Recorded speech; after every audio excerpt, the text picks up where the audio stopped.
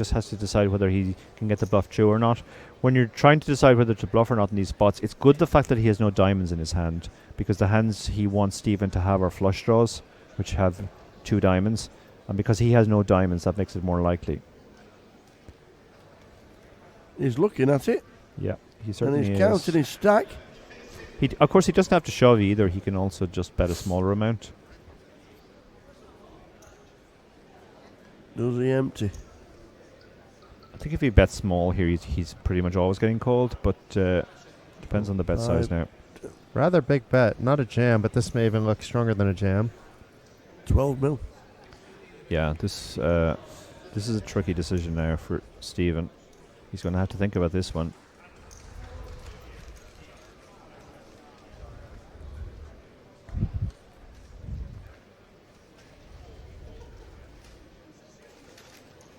$12 million to call. He's getting about 3 to 1. And he announces call. Yeah, his hand is just too strong there. If the river had been scarier, like higher than a 10, then it was more likely to work. But the river was just too innocuous. And the Viking now, the first player over 100 million in chips, has a huge chip advantage, 104 million to just the 13 million that Sergey has. 6.5 bigs. Just 6.5 bigs. So unless we see a double up soon, this could be over before you know it. Anything can happen, though. We've seen chip in the chair stories before. This is a few more than just a chip in a chair. But coming back against a man like Steven van Zijlhof will be difficult. Yeah, he's basically in shove or fold mode now. Both players are playing effectively 6 big blinds because that's Sergey's stack. 2.5 of those blinds are going in every 2 hands, so he will be all in the next few hands. All it takes is a double up or 2, though, and then it's a whole new ball game. Totally. Back to where we were. But he is huge. The bad news for him is he is now the big blind as well, so he's actually putting in a third of his stack this hand. Which means he should be calling off a very wide range. Oh, my. Look at this. Big slick. Yeah. This is... I'm all in. Yeah. All in for Put the pressure on. and 5 million, please. Yeah. Stephen will be all in here. Or just bet 10 million, which is the exactly same. what he just said. All in. And a call. Queen 9 is a This could be it, folks. First all in and a call for the title. This could be it. Stephen, a 2-1 favorite in the hand. Do we have a Battle of Malta champion? It's over to the dealer. We hear Stephen's rail, rooting him on. A diamond out of the window. That's not any help. So far, so good for Stephen. Yep, he needs to fade a queen and 9 running straight cards. And we have a champ. Just fade those 6 outs. Oh, we have someone yelling for the queen of clubs. 6 of spades is Gut a shot. safe card, but it provides a gut shot, as Dara pointed out. An 8, a 9, or a queen. Up to 10 outs. Will it be blank? Oh, my! He's hit it doubled. We're right back where we were. Yep.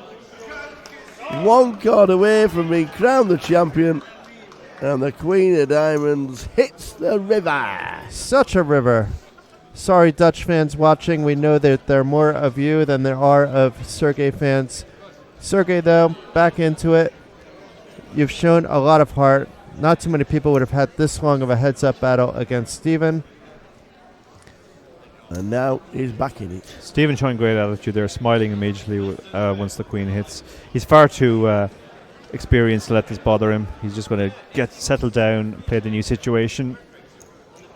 It isn't the worst beat in the world, actually. Queen 9 should be calling there, even if the stacks were bigger. It's not even a bad beat in the traditional sense of the word.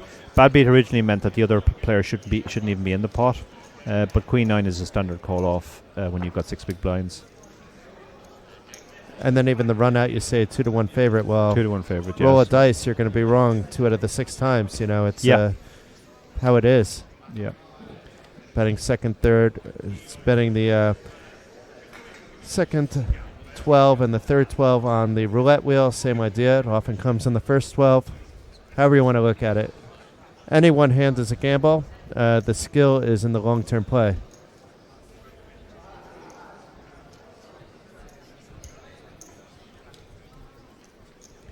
So, On we go. back to where we were 20 minutes ago. And half an hour ago. Sergey. Maybe 3 hours ago. And an hour ago. Sergey has been folding these types of hands on the button, and he does so again. And good timing this time, because he would have run Oh into my queens. word. Stephen laughing. Wow. Oh Thing. my word. Shows Oh. Yeah. Getting a good laugh, though. I think that was more for the rail to get a laugh than it was for anything else. Might as well provide a little bit of entertainment at this point in time. He does have a lot of fans back there.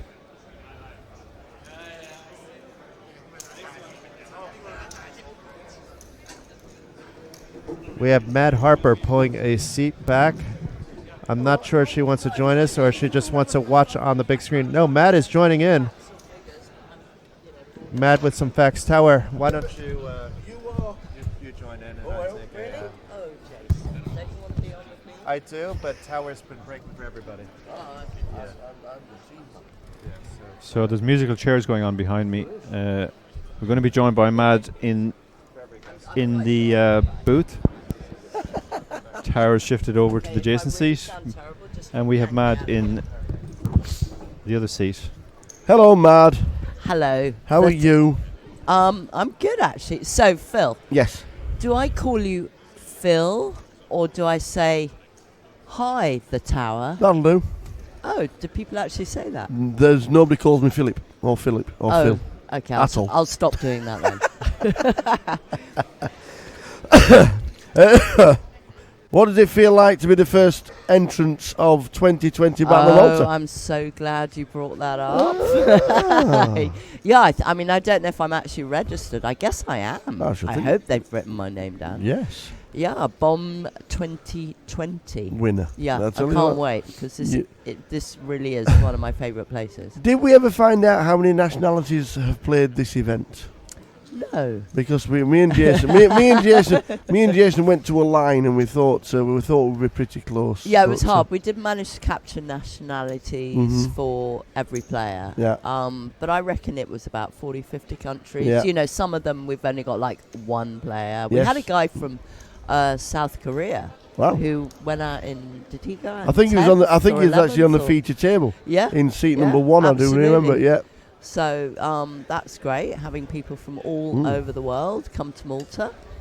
It's fantastic. It's an event, and obviously part of the. What is your official title?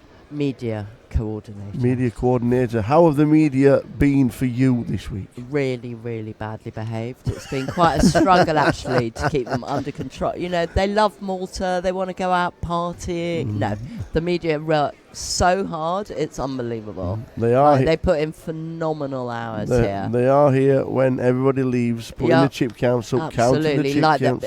tonight, when this actually ends. We have a call, and we have Oh, another in a oh, call oh, straight oh. over to the table because this could be it. But Sergey is favourite. ahead. big favourite is the all-in play, and that's Sergey. And we could end up being back to 39 million against 70 million because that is a great flop for Sergey with the ace.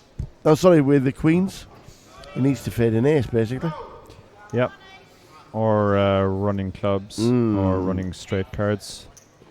That's That one of them. is one of the running straight cards. Oh, So an 8 or an ace. it's never easy. No. If we get an 8 or we get an ace, we have a champion. Other than that, we are back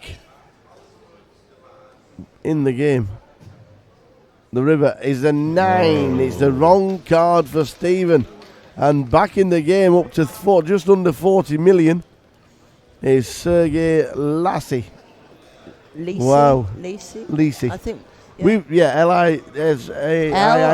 Okay, we've had this massive query about just how many letter I's he gets in his name, and Yep. we're settled officially on 3. 3. L-I-S-I-I. Excellent. Yeah. It's been a debate. Wowzers. So queens for Sergey. He gets himself back up to just under 40 mil.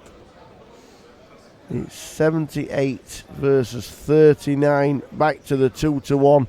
Back to where we were 3 hours ago. Is there Say that with more enthusiasm. is there any overtime offered? Oh yeah, no, I'm on massive. I think I'm on Fraser McIntyre. Am I on triple overtime? I believe I am. We'll discuss that later. At least we're on a 30-minute clock now, so Well, yes. But we do think it'll finish at 150, 3 million, sorry. 1.5 mil, 3 million. That will be 20 bigs each. I'm quite impressed by Sergey. Lissy. He just seems like a real cool as a cucumber. What's the character. feeling? What's the Yeah. feeling in the room knowing there's a guy that lives in Malta on the final table as well? Well, in Stephen. Obviously Very he's well got a known. rail here, enthusiastic. But I think also people have been really impressed with the way Sergey, even though they haven't come across this guy before, he's Yeah. living in Sochi. No massive results compared to Stephen, but I think people have been impressed by the way he's playing. Yeah. I mean, he's so calm and cool. yeah, This yeah, is he's very mega. deliberate in all Yeah, of his this decisions. is like a mega. And he's, he's not, doesn't seem ruffled at all. Yeah, at the last break, they went to. They counted the stacks and they were exactly the same, So they chopped the money and left 30,000 euros to play for. So 217,000 euros and change locked up, and 30,000 to play for on the title, and forever be immortalised as a Battle of Malta 2019 champion, which also is the biggest Battle of Malta ever. Also, I don't know if you've mentioned this, obviously for Sergey, this is going to be a best live cash by Yes. miles. Yep. Whatever happens, he's 4 or 5 times his total live winnings to date. But interestingly, this is also going to be Stephen's best live cash. Oh, wow. Whether he wins or not. Nice. He had an amazing result in Barcelona in the summer, Mhm. 209 I think it was, but this is locked up 217,000, so That works. yeah, he's looking at a best live cash too. And an online crusher as well. He's good looking. He's got the muscles. He's a What's he's a just- hunk. He's a hunk. Why- I mean, why- he does spend. Did you know that Stephen lives here? I'm sure you've mentioned that.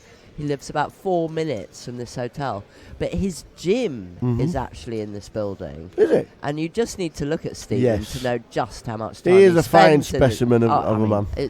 Yeah, he says he's 6% off the 1,000 club, which is something to do with how much you can lift. Wow.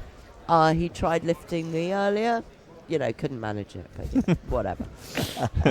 But he's 6% off, and his gym is in this building. Fantastic. So he's here constantly. Look at those muscles. It is. I mean, it's impressive. Dara, It is very what do you impressive. reckon? It's extraordinarily impressive, yeah. a fine specimen, a good poker player. He's got millions in the bank because of the online earnings. Well, why somebody's got it? Share some love, man. Share some. I nagged Stephen to enter this event. Really? Right, yeah, I've known Stephen for a long time. And last year I knew I was coming here to Battle of Malta. And I was like, oh, Stephen, are you going to play it? And it was like, oh, no, it clashes with something else. I can't remember what it was. Something. I think it might have been something in Canada. Anyway, he wasn't here. So, like this year, about 3 months ago, when I'm trawling around trying to find which big names are going Yeah. to come so I can write a story, and I'm like, are you going to be here? Oh, yeah, I think so. But I don't know. I can't confirm. And I'm like, come on, are you going to play it or not? And I've been nagging him to play it. So, here he is, Dara, if I ever tell you to play something, I'm now waiting. I'm now Yeah. waiting for the Mads invitation. Seems like that's guaranteed success. absolutely. It works. Guaranteed success. Heads up in the Battle of Malta. 217,000 euros locked up, and an extra 30,000 to the eventual winner. And those swords. Oh, the trophies my are God, awesome. The swords. The trophies are awesome. I mean, the Vikings should win the swords, right? That seems reasonable, yeah. Well, Sergey will have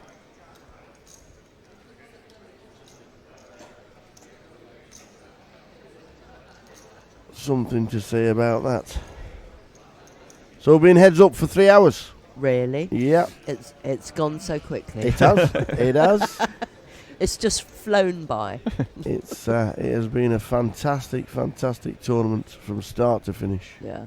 The room looks good. Mm. I mean, Yeah, it the room looks just amazing. looks glamorous, spectacular. I love the room. Yeah. It's beautiful. And on the day 1D, when every single chair was in use, incredible. Yeah. It's a really, really great venue. And the media, the media are very, very picky about venues. Mm. You know, they'll complain about anything really. Yeah. And this is just a great place to work. Mm-hmm. It's a great place to play poker, but it's also a great place to report on poker. And also all the package winners. Yeah. Upstairs, yes please. Yeah. Rooftop pool. Yeah. All Mm. three. MPM Poker Tour Mm-hmm. had 270 qualifiers here. Fabulous. It's just a fabulous amount. I think they took over the entire Mm-hmm. Holiday Inn Express Hotel. And we're off to Madrid in February. I know, so exciting. Yeah. Exciting and a little bit of sadness Yeah. thrown in there as Yeah, well, yeah. obviously. Are you With the going? final, fingers coming? crossed. Yeah. I hope the invite will be there, Matt. Yeah. You know, Well, no, I'm at the same stage as you. I mean, I'm hope I'm going. absolutely. I think I'm going. It would be nice. But no, the final event of the MPMP Tour, the final event ever. Yeah, it's so It's sad. it is sad. Please It is. Even talk about it. It's built and built and built, and we've ended up with 4,657 runners here in Malta.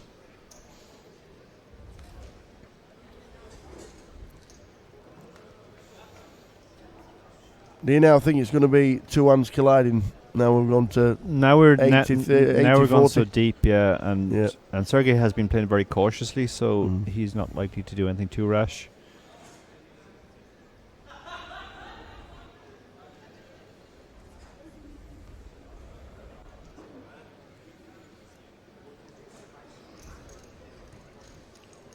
Before he got a chance to put the chips in the middle, Stephen had already passed the cards to the dealer as a Yeah. winner. Yeah, Stephen is the more aggressive Yeah. of the two, and therefore he tends to chip the other guy down in the sort of quieter periods. But as we saw with the two double ups, anything can happen heads up. So just remind me, the denominations are orange are Orange Power. are 100,000s and the greens are 250,000s. We were half expecting a million chip, but we didn't get one. oh really? No, but the stacks are pretty. Okay, so Enormous, I'm so not look- going to name names, but there's a blogger here who's colourblind, Okay.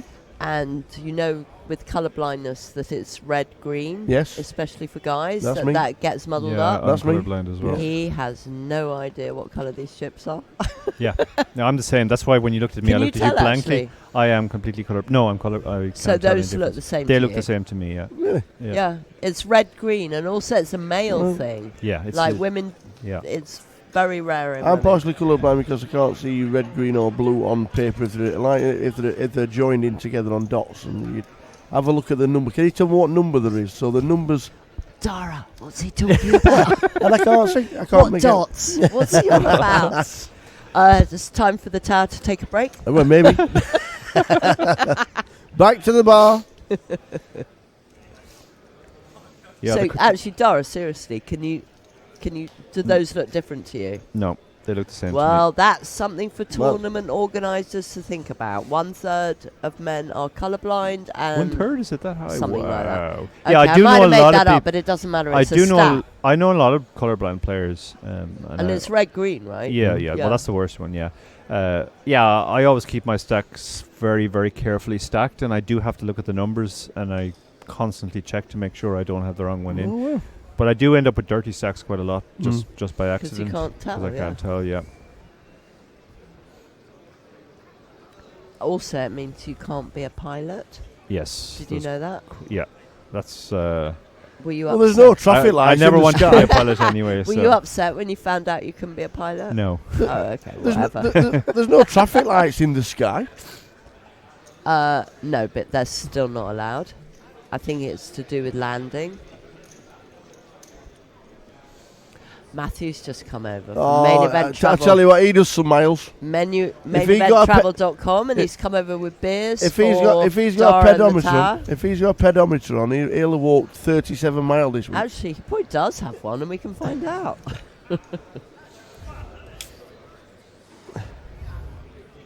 Are we allowed to celebrate with a beer? Are we? I'm on Vino Bianco. As soon as though he's fetched one over, am I allowed to open it? Go on, do it. Oh, thank you very much. Cheers, Dara. Cheers, Tara. Cheers, Cheers, everybody. guys. Cheers, mates. Well, cheers, everybody. Heads up the Battle of Malta, and we've just been offered a can of beer. We've took it, and we've been allowed to open it. So there you go. As we're looking at the Viking. Yeah, look at those muscles. What What is are those muscles called? Are those triceps? What? I don't even know.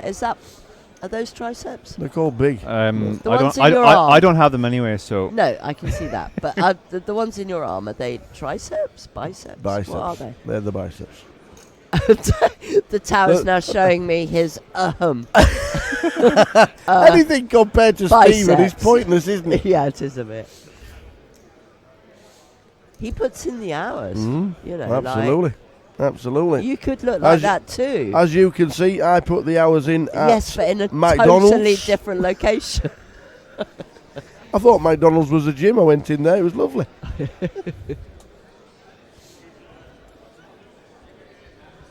So we are heads up.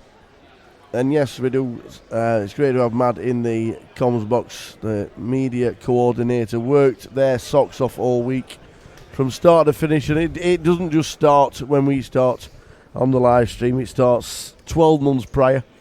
Tomorrow morning, I'm sure there'll be a meeting about the next year's Battle of Malta. And obviously the MPMPT when we go to Madrid for the final event ever for the Microgaming sad. Poker Network Poker Tour. It is. It's going to be great, though. I mean, what a party Madrid's going to be. I did hear Richard Cunningham I think selling some satellites running now, right? They are, yeah. Oh, yeah. Get on there, guys. Yep. Also, I've heard it's going to be in the centre of Madrid, and if you haven't been to Madrid, it's the most beautiful city. It's just fantastic. Never been. Oh, it's gorgeous. Hoping to be my first time. Well, I used to live near Barcelona for like Oh, 11 years, Oh, lovely. but secretly, I loved Madrid. Oh.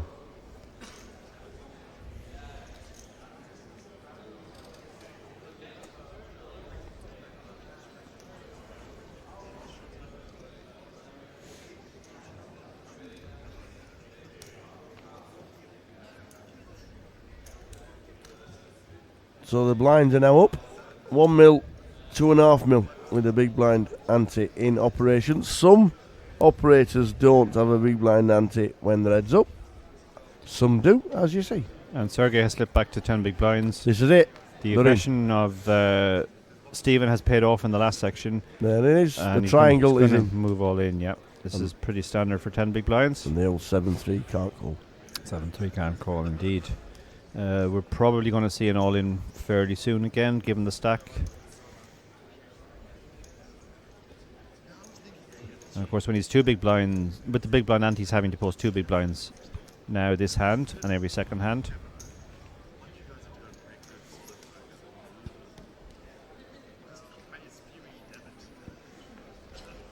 $5 million chips in the middle before a card is dealt from one person. Yeah. Wowzers. Are both trophies for the winner, or is it the runners-up trophy and the winning Ooh, trophy? you got me there. No, you put them on the table. No, I didn't. Oh, I thought you No.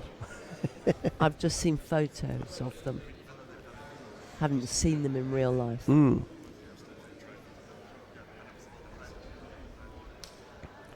They are impressive. Believe them. So we've had some pretty big name players here this week. Did you guys see Patrick Antonius? We did.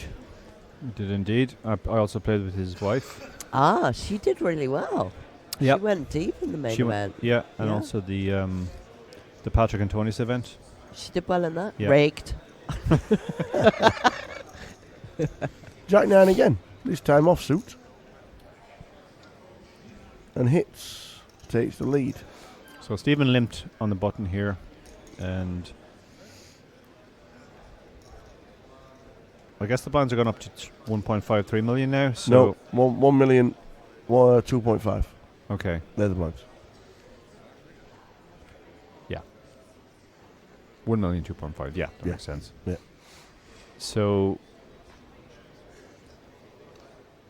Stephen's hand wasn't quite strong enough to shove pre-flop, so he limped. Sergey has hit middle pair, which is a very strong hand heads up. There's no way he's folding this.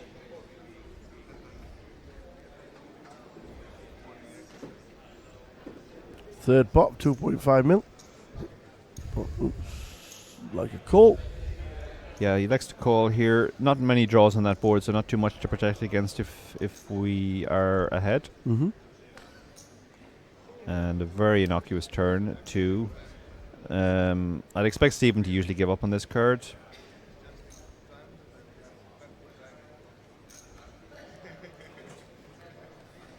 So we have a check, and now Sergey has to decide whether he wants to bet or not. I think it should be a bet. Yeah, it's a very. He does have a very strong hand, and if Stephen was going to keep bluffing, he probably would have kept firing on the turn. So strong case for betting here.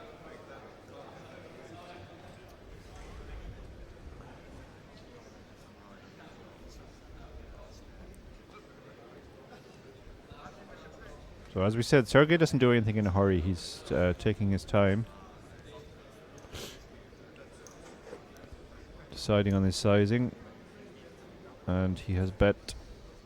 And Stephen folded so fast he barely had his bet out. So that gets Sergey back up to 14 big blinds now, a little bit more leeway. They are getting shallow enough now that Yes. we could expect this to end imminently. Yeah, the 3 million big blind should be the last level. Not saying it will be, but it should be. That is what it's scheduled to finish at if both players would have 20 big blinds. I lived through a 10 hours heads up once, so Where was that? EPT 4, Ah, season 4 Copenhagen. Oh, was that the infamous Yes. John Eames, Michael No, Turniak? no, that was the Tim Vance, Soren something or other. Okay. we filmed the World Series Europe. That was in London for the 4 years it was there, and the one that John Juanda won, Yeah. Oh, which yeah. went on. It was 9 hours heads up. Wow. We actually didn't work the final day. And we were at home, and we got up and we went home, and it was still playing. And we're like, yes, Yeah. this is ace.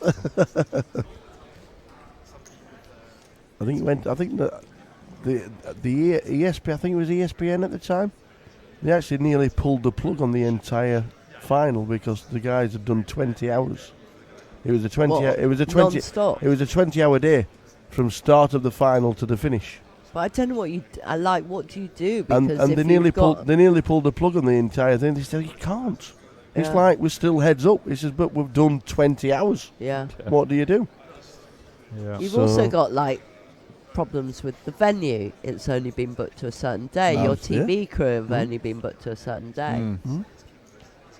I remember at APT Monte Carlo, we had one that went to like 7 in the morning, and Mhm. the venue was booked, but Yes. it was booked to clear up. So Mhm. they closed the bar and all catering at midnight, Mm. and we starved to death until 7 in the morning. And the TV crew had some packets of peanuts, and we were all living on that. Sergey decided to get creative on the button, raise 4 deuce. Stephen just had a pair of 2s, but Stephen knows that'll almost always be the best. Well, that'll usually be the best hand, let's say. So he just shoved and got the fold. Nice pickup for Stephen. Back to 11 bigs. Now the blinds are 2.5 mil. And Sergey won't want to be doing too much of this raise folding when he's this shallow. Nope.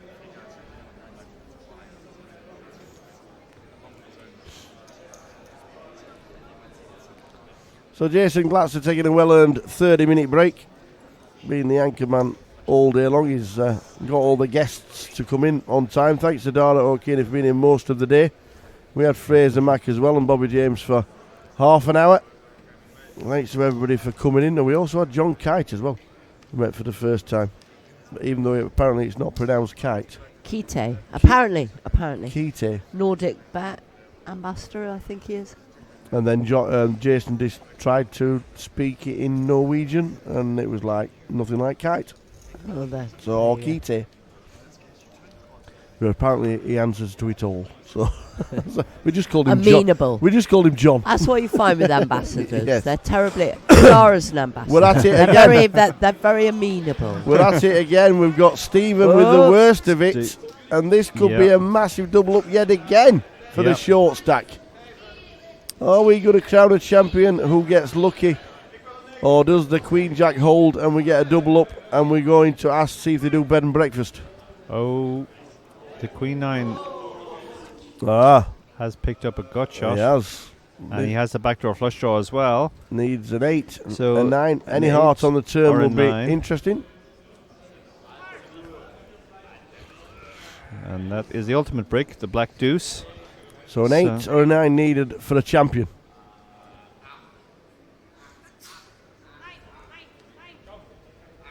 It's an 8. So the Jack Queen plays. We're back to where we were. In fact, we're more back to level. We're exactly 60 million each. Look at this. We're starting to see a pattern here where Stephen is winning all the small battles, but when they get it all in, Sergey is getting the double ups to get back to the situation where he was before. Mm-hmm.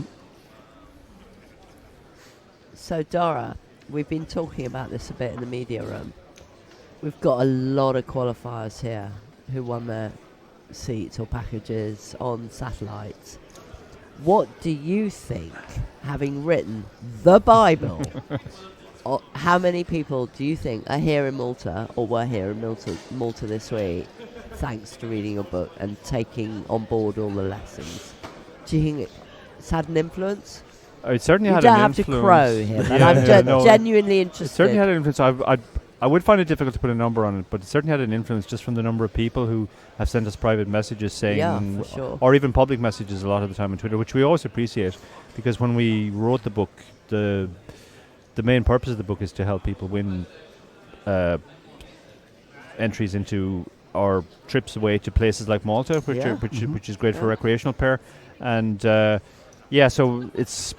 that's almost the best reward for us when we hear somebody say, "Oh, because of the book we got here." I couldn't put an exact number on it, but there's certainly quite a few. The book was written aimed very much at recreational players rather than other professionals. So we've been very heartened by the fact that so many recreational players have said that it's helped them greatly. Well, amongst my friends, there's some die-hard fans of that book, and one of them, I'm in a little pub game in Brighton. I say little pub game, but they're all bloody good, and they're going to the IPO at the weekend. Oh, that's wonderful. Yeah. Awesome. Last year, players from our pub game won 4 of the events there. Wow. And they've won satellites, so they're going to the IPO. That's wonderful. Yeah, I'll see them there then. Yeah. Me too. Are you going as well? I'm working. Yep. I'm going to literally fly home to get a ferry to Dublin. Ferry? Mm-hmm. Got to take a new table and a kit and all that malarkey. So we have to go on ferry. So I'm going crossing the sea. How retro. So the tower gets 24 hours to rest his voice on the ferry. Indeed. And then he'll be back in action in Dublin. The IPO will be a crazy event. Yeah, I've heard it's absolutely amazing. Yeah, it is. Yeah, it's one of the big Irish poker events. It's been on the calendar. It's been around for as long as I've been playing. It was actually I think it might have been the first IPO was the very first tournament that I played, live tournament in Ireland. I guess it's 12 years ago now. Mm-hmm. And it's been a fixture on the calendar ever since. Nice. It's an event where people just put it in the calendar and say, "Yep, it's a 300." Yeah, no, it's for the guys in our pub, it's like I was trying to talk them into coming here. Next year for sure they're coming because Jem Mason, who's the MPM Poker Tour media coordinator, She lives around the corner from me. We play in the same pub game. Sweet. She's an IPO fan. She normally works it or plays it. This could be a chop. Oh, ball. look at this. We have another all in a call, and again, Sergey has the best hand here. This is for the title, by the way, because we think Oh my god. Does Sergey have 100k? that would be what's left if he loses the hand. Wow, so he just barely covers Stephen if those graphics are correct. This is for all of the chips. This is for all of the chips but in they the are, entire tournament. they are two hands which do chop quite a lot. Yeah, that's not it at the moment. That's not it. At no. the moment, Unless we see some sort of pairing action. Stephen wants to chop it. Stephen wants to chop it. Or 8 to 6. Oh, there we go. Oh, that's one of the pairing cards we talked about. That makes chop possible now. A 2, a 9 to chop, a 6 to win it, an 8 to be champion. Oh my word! It's all going on here. And the We're chopping it. ace chops it as well. Yep. Wow. Aces. That was for all and of the sevens chips. with a 9, and it's a chop. Wow! The man is back. The man they call Jackson Poker. He's had his 20-minute break. He's had a wander round. He's just passing the headphones. Look at that. 23 big blinds each, 58 million each. Chop it up. 23 big blinds each. We're back to dead level. We saw Sergey would have won. He covered his opponent by 100,000 chips, only 4 starting stacks. But it was a chop. So we have almost exactly level stacks now. So I step out for 20 minutes, and somehow the 6 million stack that Sergey had, what the heck happened here? I mean, the stacks are absolutely even. He doubled twice, then he went down again, and then he doubled again, and he had the chance there to win it all. Oh my God! And it's pushed Stephen to drinking. He was drinking No, I already. think he was already. He's been drinking But I for a mean, while. likely Yeah. because Stephen's into nutrition and fitness and mindset. Oh, Have you talked about his YouTube channel, vlogs that it's he's been doing? linked into the chat, but we haven't Yeah, actually yeah, talked about it. he's, So why don't you mention it? Yeah, he's launched this YouTube channel called Vikingspiration, and he's going to be talking on that about vlogs. Don't know how to say it. Vlogs about nutrition. No, he said mindset is the main thing, nutrition and fitness. Very cool. I'll have to Yeah, check he's it out. all about all three. I need 2 of those. I have mindset. Oh, really? I do. We've been talking about that, really? No, Not I'm necessarily when teasing, it comes I'm to teasing you, poker, but in Jason. life, I have mindset in life most of the time. Everybody falls off the wagon once in a while, but I do my best. There's a lot of hits I've had in my life, as most of us have. You know, it's how life goes, and it's how you deal with those beats. And not going to get into it on the stream because nobody really Jason's cares. getting emotional. I'm getting emotional. He had a 20-minute break. I don't know what happened, folks, but it's. But the other 2, I need very fitness emotional. because I've Fitness. been pregnant now for about 6 years. Yeah, We we've need been to. wondering.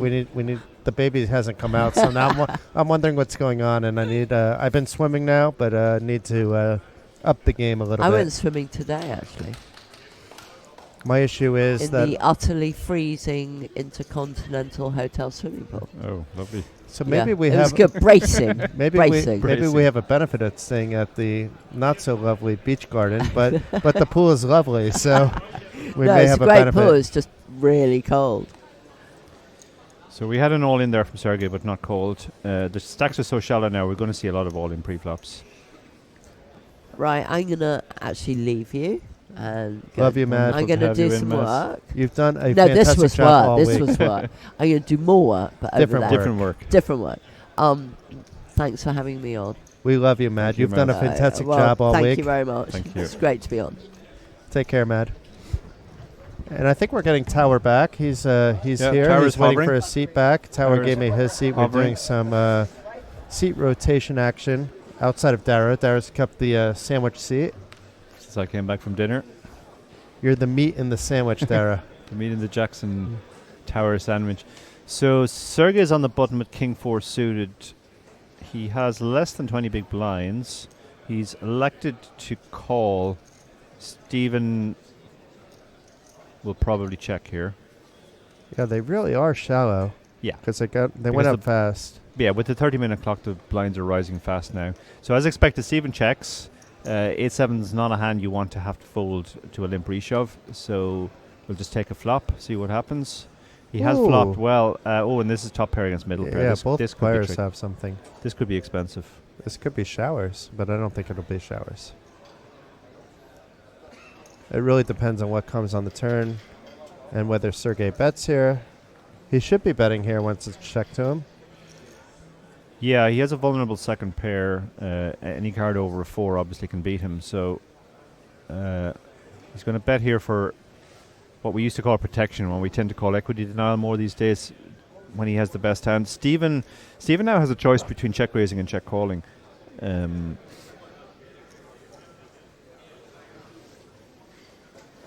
let's see what Looks like it's just he's calling. gone for the check call. Yeah, this is not a particularly draw heavy board, so he's going to call, see what happens on the turn. And the tower's back too. The turn is pretty innocent though, which may lead Sergey to believe that he is ahead when he is a fact behind.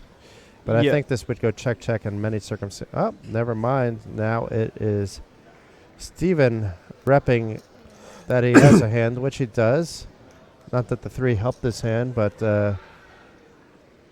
let's see if Sergey can get away with this. I can't foresee him folding here, though. I mean, he Has a very strong hand. I mean, we obviously know he's now losing to a 3 as well.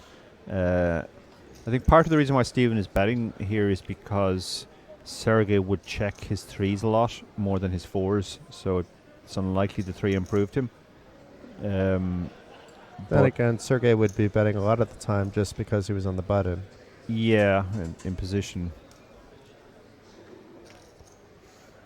This has put Sergey in a difficult position now.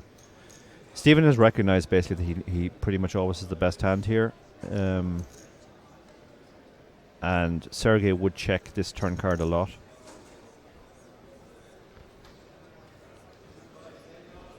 But wow! He's found a really good fold. Wow. Really good fold. Such discipline there.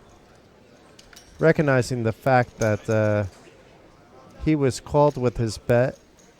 Stephen betting out. He Yeah, may have been Steve- more afraid of the 3 than the 8, but Stephen's not going to check call with nothing there. And that line, check call flop lead turn. It's a line which people generally don't choose to bluff with.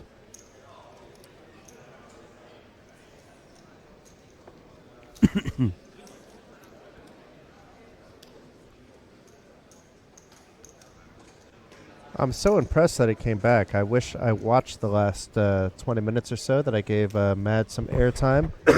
Yeah, well, he basically won the all-ins. We've had a pattern of Stephen has tended to chip him down in the quiet periods, but then every time they get it all in, except the last time, which was a chop, Sergey wins the all-ins. Was he ahead? Like the first He- time I know he wasn't with the He queen on. wasn't versus ahead the ace first time, king. but he's been ahead every other time.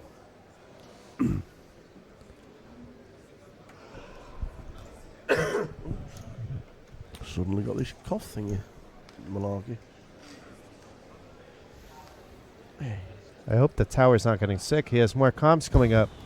And do you know what? I need 12 hours off. Yeah. Yeah, to be fair, we haven't had 12 hours off all 7 days we've done it. So we're going to see a flop, and Good flop for both players, I would yeah, have to say. Sergey's open-ended with his 4, and Stephen has middle pair, very weak backdoor flush draw.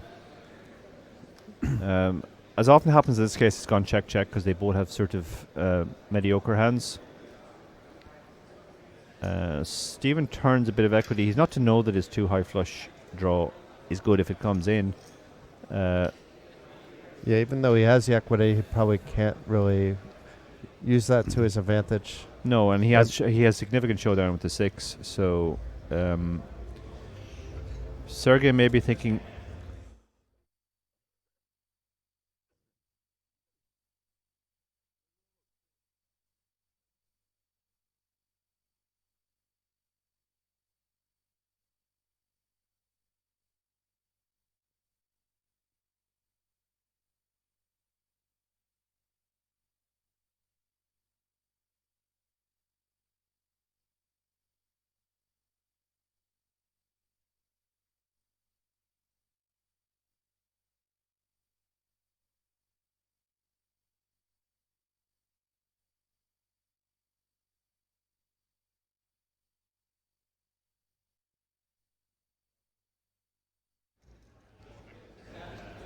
Sorry about that, folks.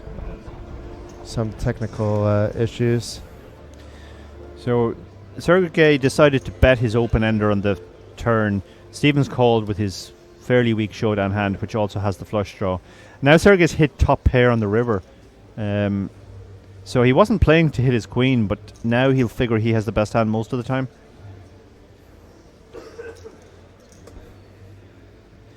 So the question is, do we bet it or not? It is a pretty wet board. It is. So the significance of the wet board is there are a lot of missed draws that Stephen might decide to turn into a bluff if we check to him. So that's one consideration.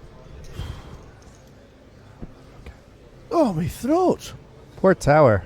After 7 days together, Tower is suffering. I think I might take tomorrow off.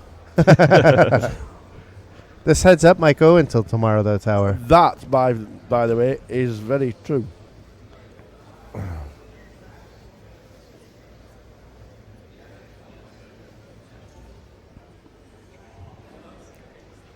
Sergei thinking.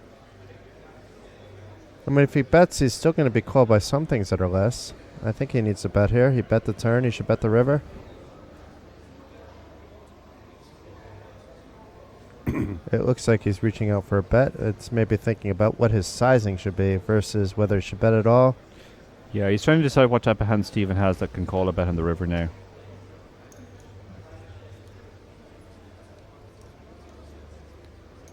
So we have 17 million in the pot. As we discovered whilst Jason was away, I'm colorblind, so I have no idea how many chips that is. I heard about that conversation from Yeah. those listening the stream. I was aware of that, but I didn't know we would be talking about that on the stream. So a quick fold from Stephen. He's only beating a bluff, and there are a lot of hands he was losing to there. So Stephen in the lead, but it's very close. 26 big blinds to 20. We're so shallow now, we can expect them to be getting it in at some point in the not too distant future. Mm-hmm. Yes. Was it? Anticipation was 1.5 to 3 million big blind. That was the anticipation, wasn't it? Yeah. The way the game's gone, the way it went to and fro. Yes, it could have been ended on the first all in, but that was not the case. Chipping away was Stephen Van Zadloff. It's been great to watch him for probably my first time ever on a live stream. I know he's a bit of a crusher, and the fanboy to my right hand side has had a lot of love for the guy all week, and for him to be heads up is like a little bit of a story as well, because Jason shouted him out like on day one. He picked out the names, and he was one of the names that he did say. So a big shout out to Jason for that. And when he got onto our feature table for the first time, he was like, "Oh, like that." It was so much fun. And for Dara was in that group too, though. for him to even be heads Sick up rub down. is just awesome. Sorry, Dara. Whereas It's like a respect thing / like little needle. I don't know which way we go on that, but completely different styles at times, I would say. Dara and Stephen, though. I wouldn't say completely different, but different. yeah, we're probably not that different online, but live, perhaps. To be honest, I haven't played much with Stephen live, so he hasn't done too much. I would have done differently on this final table. Yeah, I think final table you would play pretty much the same, but let's say on a day 2 would be a little bit different. Possibly, yeah. He has. You're protecting your stack he has probably a more than he is. higher variance style, yeah. I joke with Dara that he's in his comfort zone when he has like between 10 and 16 big blinds. Yeah, or even 4 and 6. Yeah, 4 and 6. But once he gets up to 40, you're out of your comfort zone sometimes, for unless you're on sure. the final table. Yeah.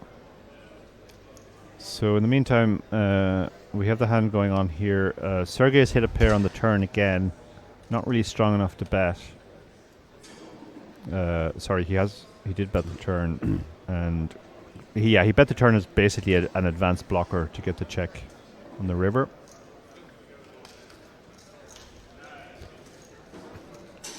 So stacks are even once again. 59 million, 58 million. I was Incredible game. I was nervous when I gave Mad my seat although I gave Tower my seat and Tower gave Matt his seat, that we could be ended all there because it was 6 million that Sergey had. He just doubled up, but he was still shallow. And I am absolutely shocked that stacks are even. That is quite the comeback. Yep. Not quite chipping a chair, but pretty damn close.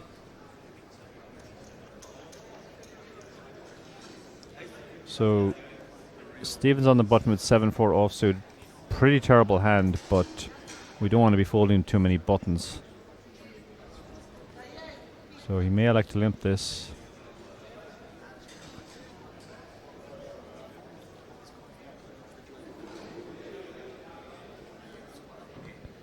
Then again, And again, we may also raise it. it looks like a raise to 5 million. Yeah, if he gets shoved on here, he's folding, obviously.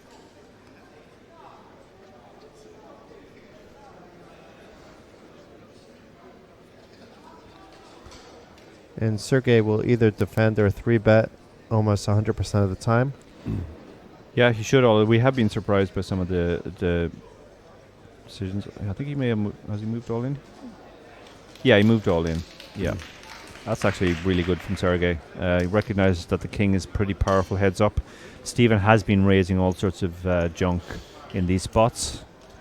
It has to be a little bit. I mean, I know Steven is a pro and he's been in these spots and he looks very comfortable, but it's semi-demoralizing when you have your opponent really on that edge. He was down to 6 million. He was also one card away from the win. Yeah, one card away from the win. You were ahead when you got it in, when your opponent was short, and now all of a sudden you're on his tail. Yeah. I mean, I think Steven is still the favorite to win because stacks are basically even, but still it's quite shallow now, though, so it's... And you have to be mentally strong. Sergey has... Yeah. Well, when we interviewed Stephen on the chip race, he talked a lot about mindset. He talked about how when he had the first big sort of significant downswing of his career, the thing he went away and worked on was mental game. Came back with a much stronger mindset, which has stood to him since. And Sergey picks up another hand, ace-queen suited on the button. This is a great time to be getting hands when the stacks are this shallow that it could end at any moment. So he could go a number of ways with this. He could raise this to call a shove. He could limp it.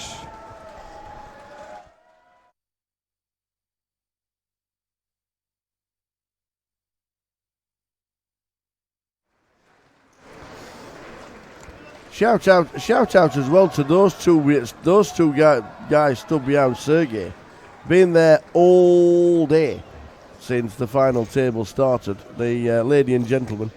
And when we see the back of Sergey after we see the flop, we don't need clubs, or Sergey does.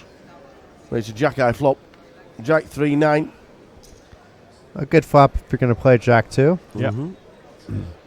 And Sergey will likely bet this out anyway because he was on the button. Yeah, he has gone for this the continuation bet here, essentially. Excuse me. And now Stephen has to choose between check call and check raise.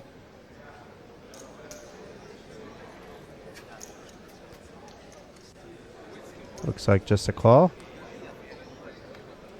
Ooh, this may slow down the action.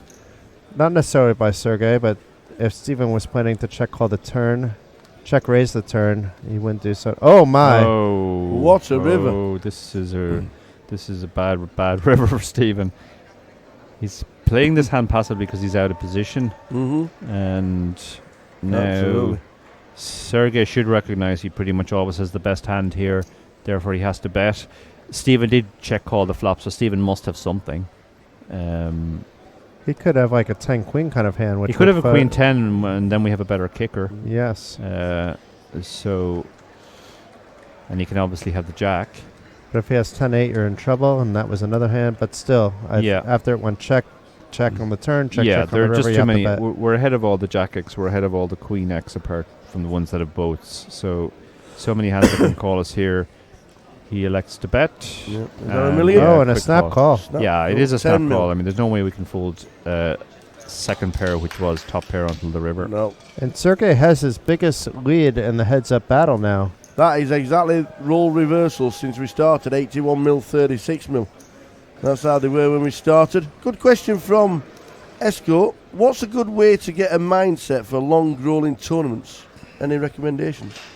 That's a great question. Yeah, there is. Yeah, there's a really good book, The Mental Game of Poker, Jared Tendler. by Jared Tendler, and also co-written by Barry Carter, Mm-hmm. who also co-wrote my Satellite Strategy book with me. That was actually Barry's first book. That's actually one of the best-selling poker books of all time. It comes really highly recommended. A lot of professionals have read that book and got a lot out of it. Now that's a stack in front of seat number 8, Sergey Lisi. And I think he learned by stacking it in a pyramid type of way, maybe not bring you the best of luck. So he has his own new way of He's going doing for the it. more traditional, yeah. Your mind can wander at the poker table, right, and you can find yourself thinking, maybe if I stack my chips differently, it'll change my luck. But you're better off not thinking about that stuff at all and just concentrating on the game. Yeah. That's actually a mindset thing as well. Trying to eradicate superstition. So maybe the smaller rail by Sergey is in his benefit because Stephen may have more distractions on his rail. That's a really good point. There are some players. There's one player I'm very close friends with. I'm not going to say who it is, but he doesn't actually like being railed. So if he makes a final table, he doesn't want any of us there because he just thinks it's a distraction. Is that because you don't want to realise that you're a friend, or you don't actually want to be his friend, but I don't Unless it's DKL. Or his initials DKL? No. Okay, so it's not... It's not. No, David loves a rail. Okay. No, Mr. Lappin loves a rail. Mr. Lappin could final table a 50 quid tournament with 7 runners and he would still expect a rail. Open down straight draw for Stephen Van Zadloff in seat number 2. There he is. So he's open-ended here, which is why, despite being behind and having 7 high at the moment, he's almost 50-50 to win the hand. He's probably going to bet his equity here. Yeah. Small bet. 1 mil. Oh no! The minimum has to be 3. He must have announced it. Oh no! Yeah, 3 mil's a minimum. 3 million, yeah. So he bet 1/3 a pot, which tends to be the standard continuation bet size these days. In the old days, people used to say, "Well, bet bigger on fairly wet boards," and this is a wet board with 2 spades and lots of possible straight draws out there. But these days, it's kind of become fashionable to bet small on the flop and then decide if you wanted to size up on the turn. I wouldn't mind seeing a call here. I mean... Yeah, king high is usually good. There's a lot of draws there. We can improve on the turn in a lot of ways, a 9 or a queen. But it looks like it's going to be more than just a call. You can also turn your hand into a bluff, I guess. Applying the pressure. Yeah. And Stephen was applying pressure earlier, and now the tables have turned. Sergey applying a pressure. And let's see what Stephen does. I mean, I think we have to see how big that bet really was, but I think Stephen will likely call, assuming it wasn't completely abnormal. Yeah, 5.3 million. Stephen can't fold here. He's getting 4-1. Yeah. He's still open-ended. He's probably just thinking about what his opponent could be doing this with. He can also move all in and try and get his opponent. He That's what does. he's done. Yeah. That's an excellent play by Stephen. He recognized that his opponent has been doing this quite a bit, too much, and he just said, okay, well, you know what? I'm going to go all in. If you've got a hand, I'm still have 8 outs to hit a straight, and you are going to have to fold a lot because you've raised you're check raising too much in these spots. Well done, Stephen. What started as a super deep heads-up battle has become one of the most shallow heads-up battles that you will see. 38 big blinds between the duo. This could go either way. Stephen with the experience. Sergey playing very well, though. I mean, he may be more experienced than his Hendon Mob shows, in fact, because for he's sure. an online player. Yeah. 1.5 mil, 3 million in the blinds. This was my recommendation for the level of finish. Whether it happens or not, we'll find out in the next 30 minutes.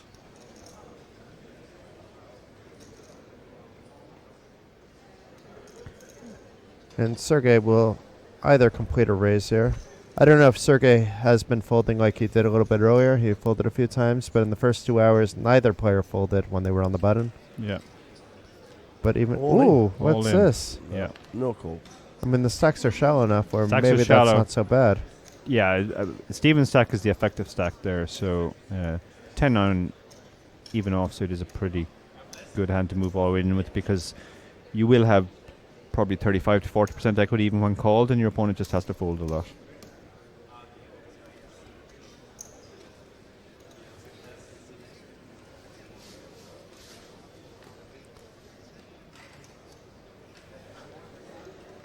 Sunglasses back on. He takes them off a lot when he was looking at his cards, and then they come quickly back on.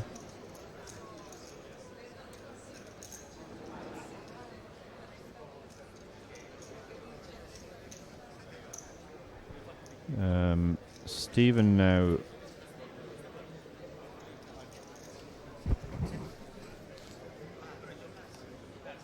moves all in with his ace, as you would expect. So it's going to be a jam session now. Yeah.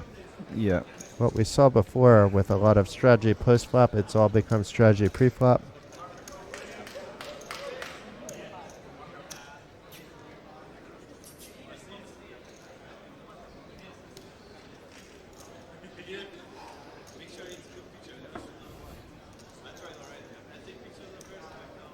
Fix the bloody cable by Donna. Not sure quite what that is. If we're having sound issues on our end. I don't know. Tower's been coughing a bit, but What he's cable's trying to fix that. I've only coughed once in the last 10 minutes. It's not me. I'm not being shouted at by Donna. No, I daren't.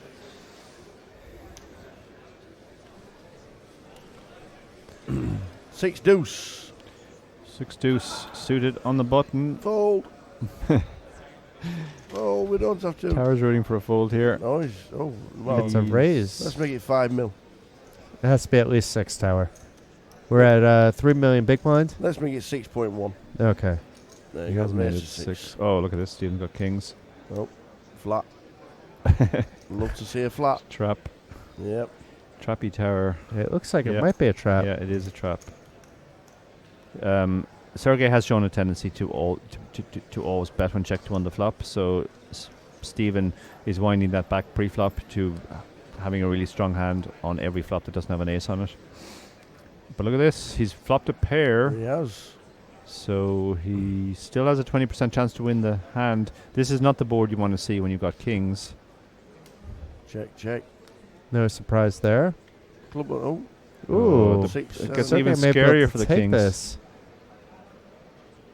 I don't think either player is going to bet here because Sergey also has showdown value. Yeah, they both go check, check.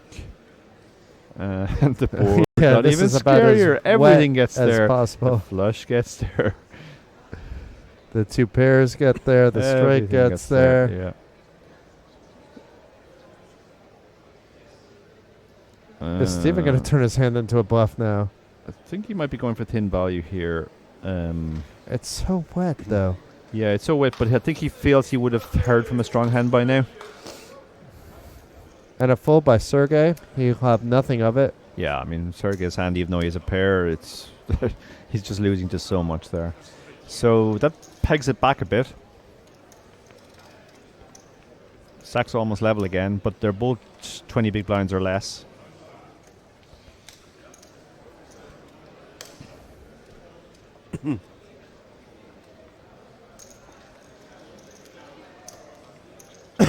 Two players left. Battle of Malta. What a great battle. Over 3 hours heads up. Oh, I think what Donna's referring to is about 5 minutes ago we Oh, had okay. some sound issues. Okay.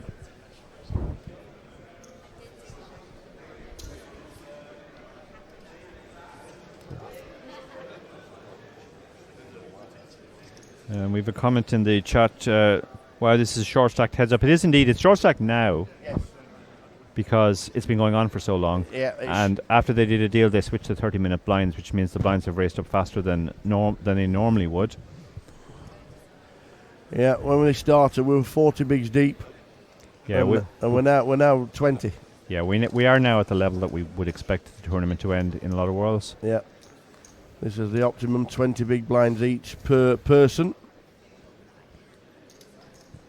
And 20 big blinds each per person normally means not much raised folding. So Correct. it would be the hand where the level where you normally see an all-in and a call, 20 big blinds each. But we did start over 3 hours ago, heads up, and that's why it is short stacked. So Stephen has decided to bluff at this board with some backdoors and just the 4 high. Sergey has middle pair though, so he's not going anywhere. It'll be interesting to see. So Stephen has turned some equity Thin in equity. but it doesn't actually no equity in this case because he's obviously up against a higher heart. But in these spots where you're trying to construct your ranges of what hands you're going to single barrel, double barrel, and triple barrel, he may have actually put the any heart on the turn as a card he could barrel.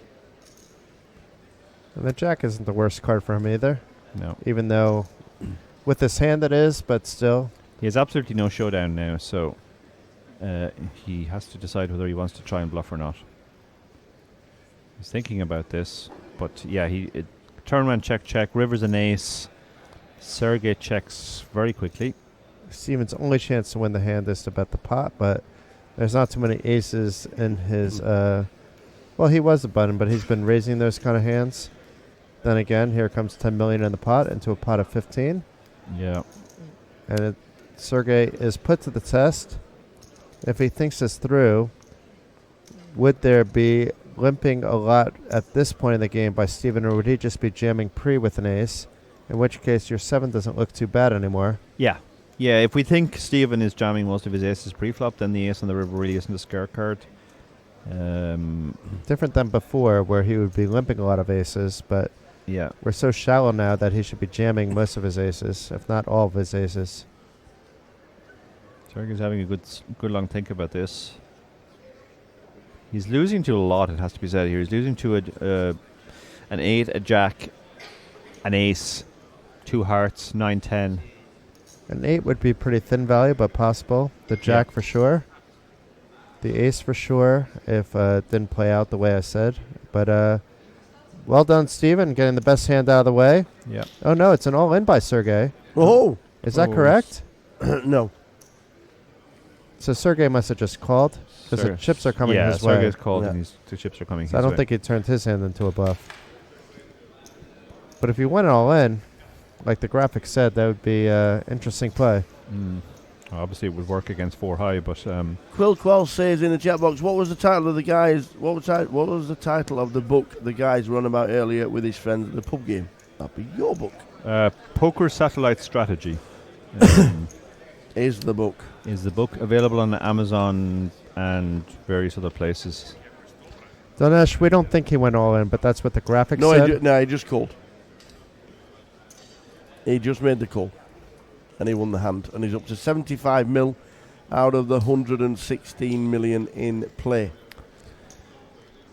So Tower. every pot is huge now, as you can see. Just winning 1 or 2 pots can suddenly swing the chips dramatically in your favor. Yeah. Sergey now has more than a 2-1 chip lead. This is really a tough spot now for Stephen, because he was 1 card away from the title. He's had his opponent on the rope several times, and his opponent has won all the all-ins. So Stephen down at 11 big blind, Sergey 27. There's a very strong chance they will be getting it all in pre-flop. Was he twice 1 card away from title? I saw once, but I stepped away to let So Matt in. I'm not sure about the second one. It's possible Yeah. while he was behind, because I was told that Sergey was ahead on the other all-ins. But that doesn't mean the run-out couldn't have been a little bit different than it was River. I didn't see that 20 minutes in time. Yeah. Stevens on the button with 7-5 offsuit. He's very shallow now, so he really can't do any raise folding.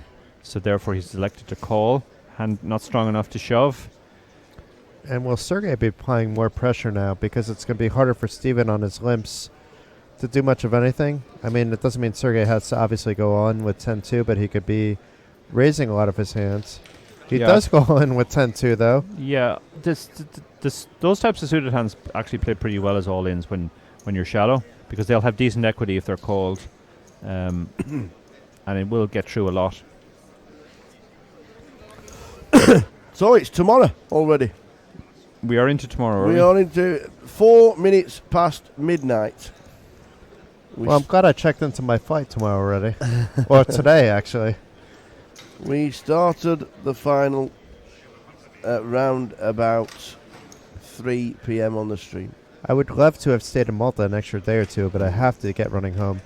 Usually when I come to a place like Malta, I like to have a few days of relaxing time. But it's busy times ahead with the family, and I have some work to catch up on as well, although I could do that from here. Well, stop making excuses then and stay. Yeah, I'm making too many excuses. Actually, my wife would understand if We I have said an I need to all-in. stay. Sergey is all in. We cannot call with the Jack 5. Stephen is down to 8 big blinds. And this has been a pretty epic heads-up battle. Mhm. Both players playing superbly. One for the books for sure. We really haven't seen any massive mistakes. Both players applying aggression in good spots. Sergey has definitely run the better of the two. That's undeniable, heads up. But he's also played very well. And Stephen has played very well too, done nothing wrong.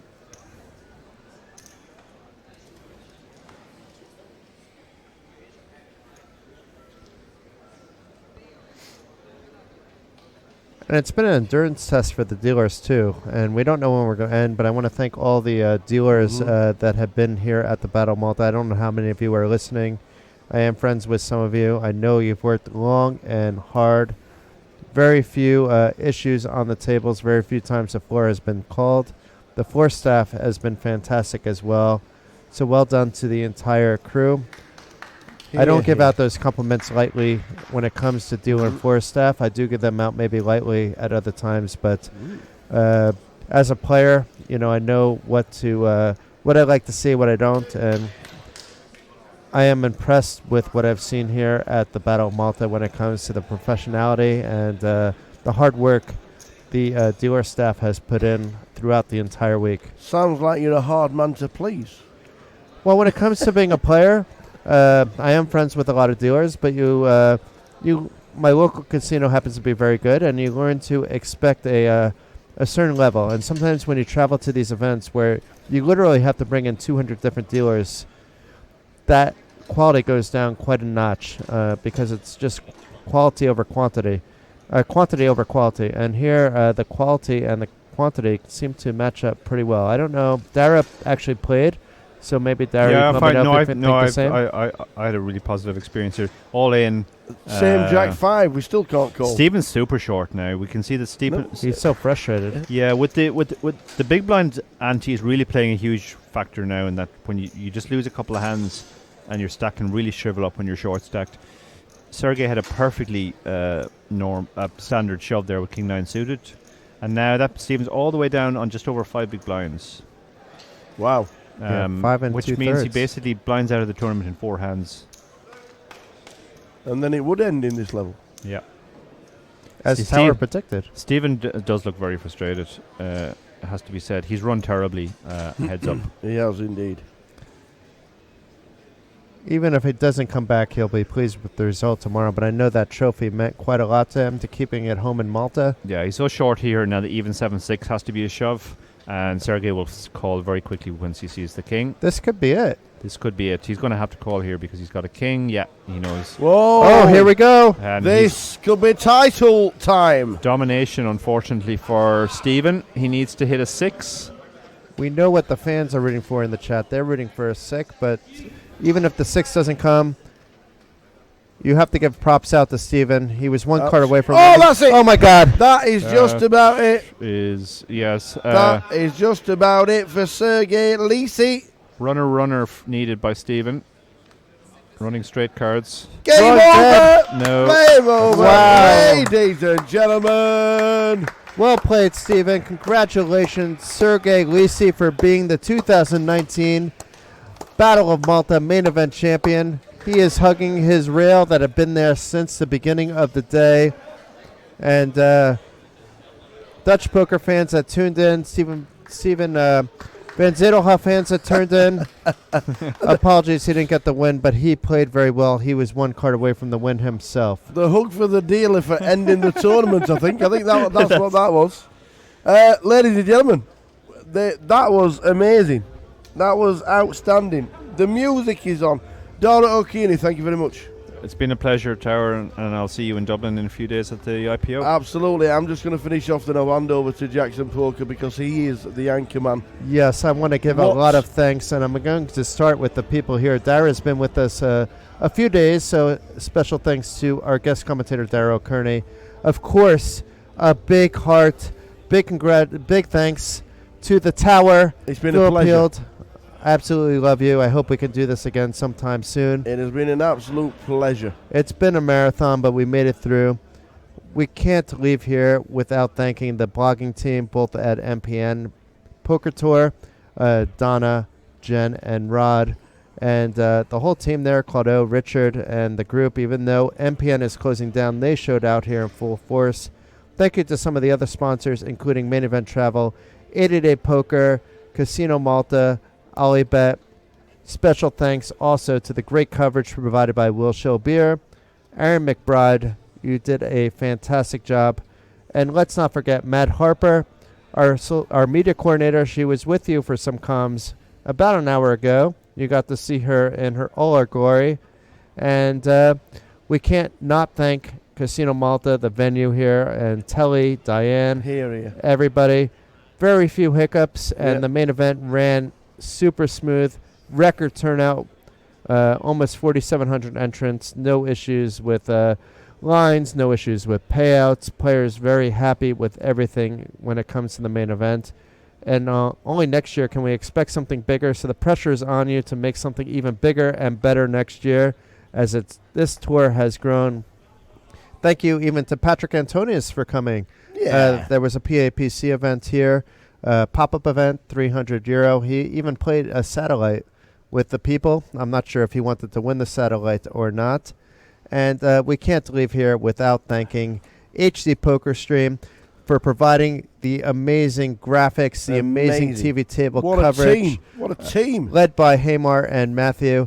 And the whole team there, Siri, Coit, Christian, and Mary Lise. And who am I leaving out? Hamar's sitting next to me. I don't want to leave anybody out. There's some new faces that came in the last day because, as you can see, they improved on the final day to having 5 cameras. We had the single camera throughout because it was initial days, but when final table time comes, you see what they're capable of.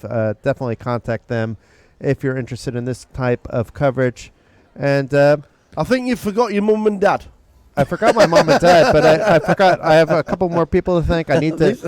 I saved some of the best for last. Oh. So I need to thank everybody for tuning in. Yes. You guys gave us energy. Thank you. And last but not least, we couldn't have done this without our mods. Special thanks to Donna. Thanks, Mick the Mod. Special thanks to Mick the Mod. You guys are amazing. Yeah. We know today was a little bit more difficult for you than some of the other days, but we appreciate everything that you've done. Much love from the Tower and myself. And once again, this is Jason Glatzer, a.k.a. Jackson Poker, all week long with the Tower. Thanks, Malta. We love you. Viva la Malta. We are out. It's a wrap.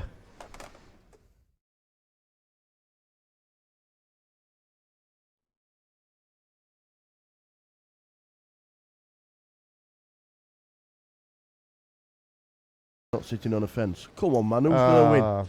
Who's going to win? Oof. I kind of want to root for Column, so we'll go with Column, even though Steven, I think, is going to win. Okay. I think Steven is the most likely to win, but I'm going to go for Leo because he's been on a tear recently.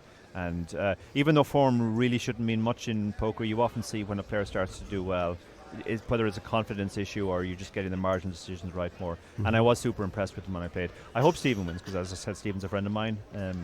But we have an all-in here, folks. We have Flavio all-in with the 7-6 suited from mid-position. This is brave, given that he's the second. He's not the shortest stack. So far, so good. Let's see if we can get all the way through. Ace-9 even folded there. Yeah. And Column probably not going to call with the threes either. Again, that's an ICM fold. Yeah, so Flavio's not afraid to go for it. He's not going to hang around and wait to ladder. Showing some heart. And Sergey Lisi, he's been a little bit quiet thus far, but he was the chip leader most of day 2 and was near the top of the chip counts a lot of day 3 as well. So he's used to being near the top of the pack. We haven't really seen him play at all, though, so I'm curious about whether he's in a different gear now, or if we'll see some aggression out of him after some more hands are played on the final table. Where is Finton? He'll be in his bed. Yes, I believe Finton Finton is not a sleeping. fan of live poker in general, so yeah, I've never actually played with Finton. I've come to Malta quite a bit, and obviously Finton lives here now, but I've never seen him at a live event in Malta. We'll see him next week. At the IPO? Finton. Oh, Finton That's a Gavin. different Finton. Oh, We're different. talking about Finton I only Hand. know one of them. I only know one. Yeah. It's a real generational thing. Everybody over the age of 40, when they hear Finton, Irish poker player, they think Finton Gavin. Yeah. Everybody under the age of 30, I'm going to say, thinks Finton Hand, Ah. who is one of the biggest Twitch streamers out there Uh-huh. and lives here in Malta, as we said. Folds around to Sergey so we can see how he plays blind on blind, at least. I'm curious about what he will do here. He could raise, he could just complete. Yeah, I mean, just completing has become sort of all the rage now. We saw Stephen do it before. Looks like that's what he will do. Yeah. The general thinking here is when by not raising, you get to play more hands, and you're also keeping the pot small out of position. I think the Ace-10, the Ace-10 has an easy shove now. There's 1.2 million out there. He only has 3.4 million behind, so he shoves and gets the fold. Snap fold. Yeah, So this is why you don't raise. You save some chips there. exactly. And you want to be able to play 7-6 cheaply, even Yeah. if it's out of position, etc. Yeah, you only have to put in 200,000. If the guy checks behind, that's great for you. And if he shoves, you just fold. Yesterday, I would say even late in day 3, if it folded around to the small blind, we very rarely saw a completion, though. So it's interesting that the level of play is more in line with the more recent trends so far in the final table, because we've seen that now twice where it's just been a completion. Yeah, it's one of those things which has become very popular as people have worked with solvers and so on. The solvers advocate limping a lot in those spots. When I came into poker about 10 years ago, it used to be considered one of the worst things you could do, limp from the small blind. There was very much a sort of you have to raise or fold mentality, but it turns out that actually you can limp.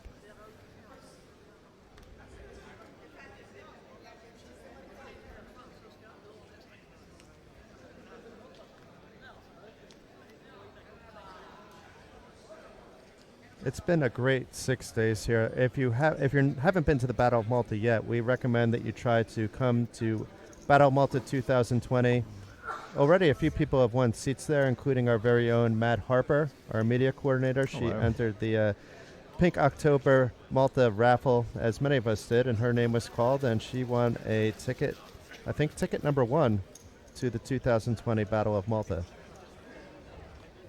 So we see an open here from Josef, Ace-10, perfectly respectable hand to open from the hijack. Rune has the kind of hand you could think about shoving sometimes from the small blind if you thought your opponent was opening very wide and had a lot of hands that'll fold. I think you'll probably let it go. It feels not quite strong enough, but I wouldn't blame him for shoving. Yeah, he does fold. And Leo's been very quiet so far. We're going to see what he does in the big blind. He's the other big stack, one of the other bigger stacks on the table. He's not as handicapped by ICM. He's got wow. Ace King. This is interesting now.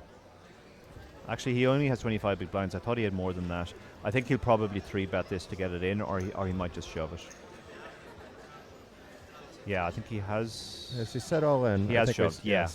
Yeah, I think he didn't want to 3-bet call here because of ICM. So he has decided just his hand is too strong to do anything other than just shove.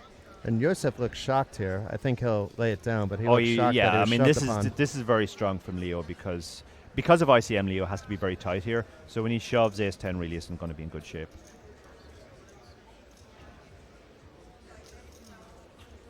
Still the stare down for posterity. Yeah, well, I mean, to be fair, Ace-10 is like Josef is going to be opening super wide from there, and Ace-10 is going to be actually quite high up in the range as far as the hands he opens go. It's just that when you do get that 25 big blind shove, it's very difficult to imagine Leo losing his mind here with King Queen or Pocket 2s.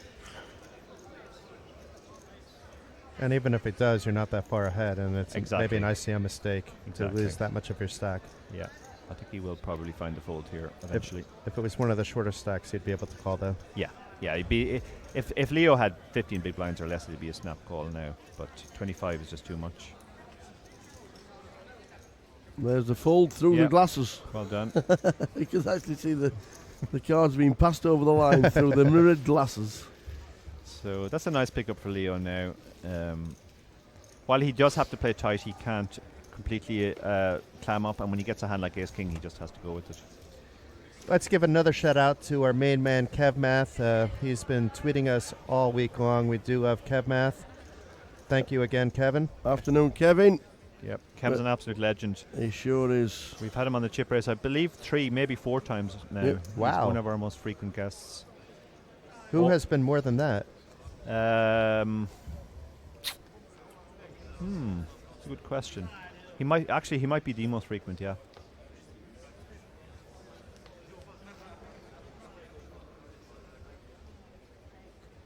And 9's here for Flavio. I think this is going to be shove as well, yeah.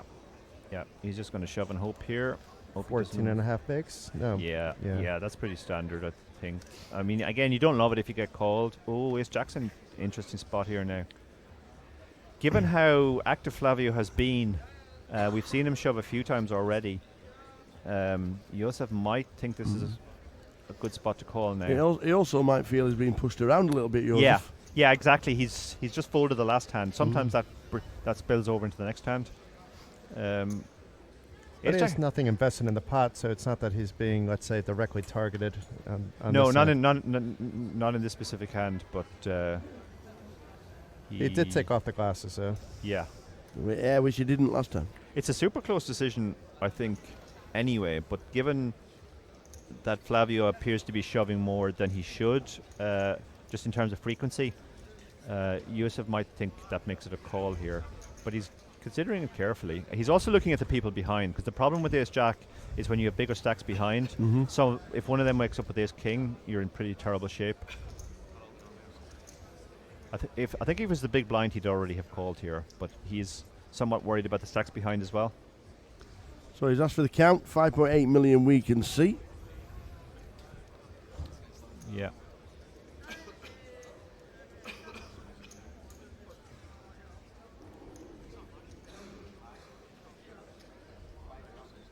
$5 million. So 5 million.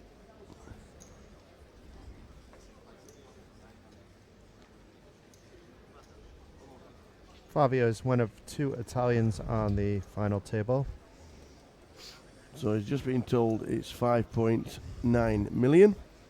Yeah, I think this is normally a fold given the players behind. Yes. But given the factors we've already mentioned, the fact that Flavio seems to be wider than he should, and the fact that Josef might be feeling a little bit pushed around after the last hand, I wouldn't be shocked if we see a call here either.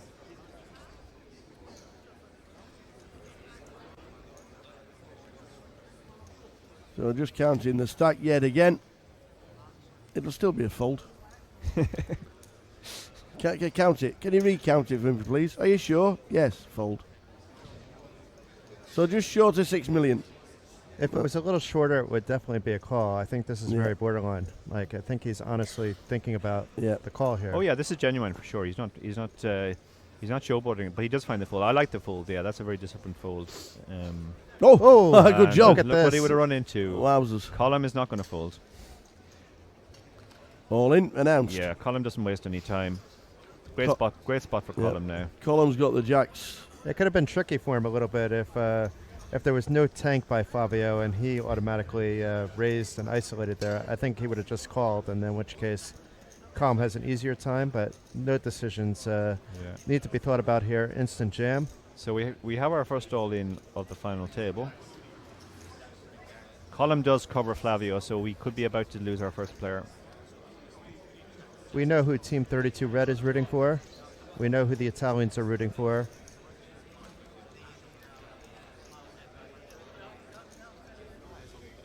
And that's a safe flop for Column.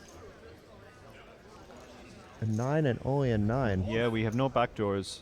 It's all about whether Flavio can find a 9 or not. That doesn't do the job. Flavio's friends are rooting for a 9. Will it come? No. It isn't. Round of applause. Well done, Flavio. Unfortunate for you, 9s is a snap jam in that spot. Yeah. It's tough when you're under the gun because other players can wake up with hands like Column did with the jacks. But Just- very well done. Nice run in the main event. And just as a side note, had Josef made what I think would have been an incorrect call there, he would have actually taken out 2 players with the ace. Wow, yes. So that's the thing about poker. You can make the right decision. You can make the wrong decision sometimes and be greatly rewarded for it. But 24,620 euros, nothing to laugh about. Very nice run in the main event. Lives in Rome. It's his second visit to the Battle of Malta and his final tabled. So well done, Flavio Landani, who has just taken home 24,000 euros. And a quick note on Column as well. Column has already qualified for Madrid. Ah, He's won a package. he was the last longest. He was the last longest for 32 red, Wow. and he's got a package already locked up for the final MPNPT in Madrid. Well done. That's on February 6th through 9th. It is the final MPN PT in the tour's history. Should be something special. I'm looking forward to it. Not too far away. 2020 sounds really far away, but it's really now only 2 months away. Yep. He will be in Madrid. So we're on 8.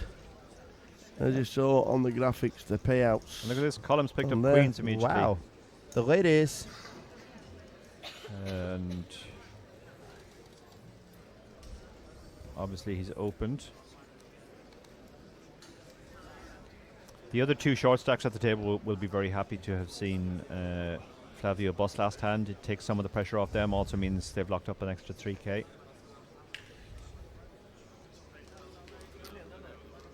I'm not sure what Jack 6 is thinking about here. Leo gets out of the way quickly with 10 deuce, and Bruno just has 9-3 in the small blind. He's gone, and we have ace king. Oh, this could I be fireworks. think we will be having a race here. We will. Probably a shove. Yeah. Yeah, 16 big blinds. I think he'll just shove, And he does. and he's going to be snap called. Column could take out 2 players in 2 hands. That would be amazing, and get right up into the mix. The cards are on the backs already. We stand up. We go to the overview. We've got ace king for Sean, the son of the casino owner, against pocket queens from Callum, who's just taken out the first player on the final. Not looking good so far for Sean, but he still has 6 outs. One of them is blocked in someone else's hand, so 5 outs. Hold the The crowd 32 shout. red players are shouting for Column. This is a safe card for Column. Sean needs some love on the river, still has some equity. Now we hear some Sean fans on the rail. Oh! 2 in 2. Wow. Well, very well played, Sean. We did enjoy watching you earlier this festival. We didn't get to see too much of you today. You are out in 8th place for 27,100 euros, and the final 7 players are each now guaranteed a pay jump up to 33,880 euros. That's sometimes a top prize in other events of this buy-in. For sure. The way this is going, the final will be over in 7 hands. Column is mowing through the field. It's fair to say he's the happiest man at the table right now. But the other 2 happiest would be the 2 short stacks who have There you ladder go. 2 Look at spots that. now. Perfect. The Viking is moving into seat 2. Viking, into Viking seat is 1. invading. Yes, he is. He's just invaded Norway. In they go. Wants his Expert personal moving up his space. big stack as well. That's a man who's used to moving big stacks around. He has built his wall and he is ready. In fact, if they sat in seats 1 and 3, if Stephen wants to, other than that, he's fine in seat 2 so he can see the rest of the table. Now we're moving back. Yeah. Don't know why they're moving back.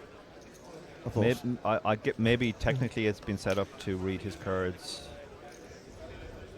Yeah, they may have trouble doing it without pausing the action. Yeah.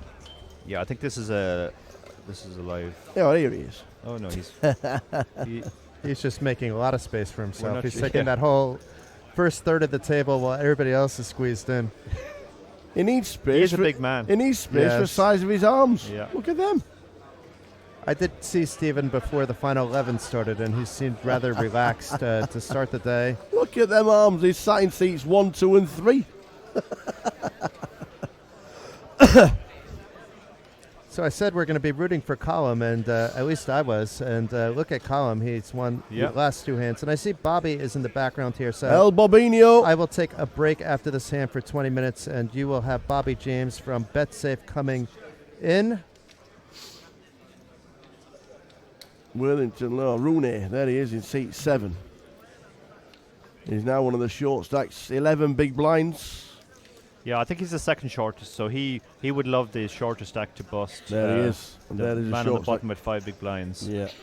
And then he'll be completely free. He can just open up. How does a mid-range stack? I'm going to be stepping out for 20 minutes, and please give Bobby James a warm welcome, 6 foot, BetSafe, 6'6". Here he comes. representative, and see you guys in 20 to 30 minutes. Nice one, Jason. A great start to the final. We have lost 2 players. Jason's coming out. Incoming. Bobino. Grab the headset, young man. Bobby James in La Building.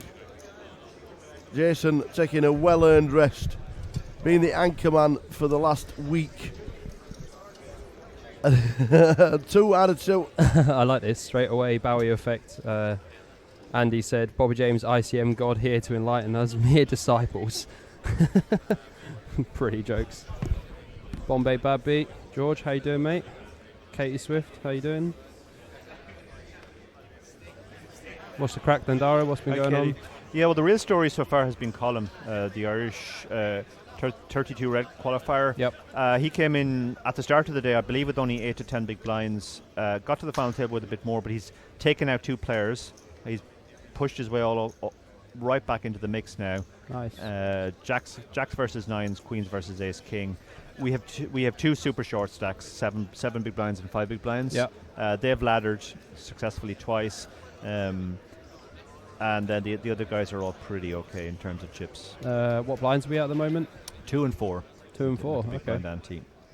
That's the level we started at today. Yeah. So Leo with 30 bigs, obviously, has like quite a large ICM implication. He here has. as well. Leo's only played 1 hand so far. He's pretty tight on final tables. In most Yeah, recent he final table. understands ICM. Yeah. Chip leader opened from the hijack, I think, ace 10 off as it was. As it happened, Leo had 25 bigs at the time and ace king in the big blind and just shoved for ICM reasons, obviously, and got it through. That's the only Yep. hand we've seen him play. Actually, he played the very first hand too, but we don't know what he had because the reader didn't pick it up. Oh, okay. How's the Viking been getting on? He's got 30 mil. The Viking has been crushing Holy early God. on. The only pot we've seen him lose really was a bit of blind on blind action where he folded slightly better middle pair against the chip leader's aggression on the turn. Yeah. But he's been opening super wide early on. He's been opening 8-6 off on the button, king 6 suited in mid position. He just knows that he can play like pretty much any hand against most people in position, and he knows ICM pretty well, and he's going to leverage a lot of stacks and put people in really difficult spots. He's also been experimenting with different sizings. He's actually tended to use the bigger sizings when he wants to get people to fold. Yep. And the smaller sizings.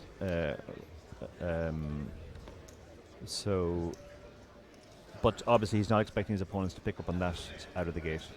Will the fact that our seat 9 has only got 5 big blinds affect the play of the middling stacks? Yes, for sure. For sure. The middling stacks really don't want to bust now. We've actually seen two guys who had a lot more chips already bust. That's an ICM disaster for them. There wasn't much they could do. I mean, the 9s kind of had to shove there, and the ace king was far too strong to fold. But it does tighten up your ranges considerably. They still have to take their spots when they come, but they won't be opening very wide. It's a 9k difference between 7th and 6th. £33,880 euros locked up. Yeah, the jumps are starting to get juicy now for sure. I think even though the jumps are quite significant, it's more about like how much is up top, and like how top heavy it is in respect to the jumps now. I just think that, obviously Stephen's the most experienced player here. Leo's very good as well. Colm's very good.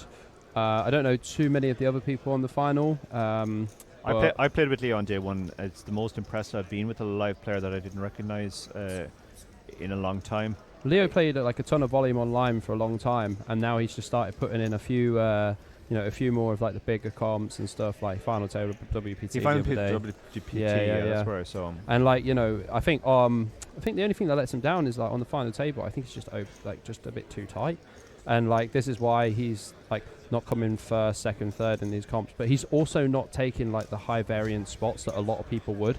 So I don't think he has such like the risk and reward factor. He has more like I'll ladder up a little bit, and I'll find like the right spots.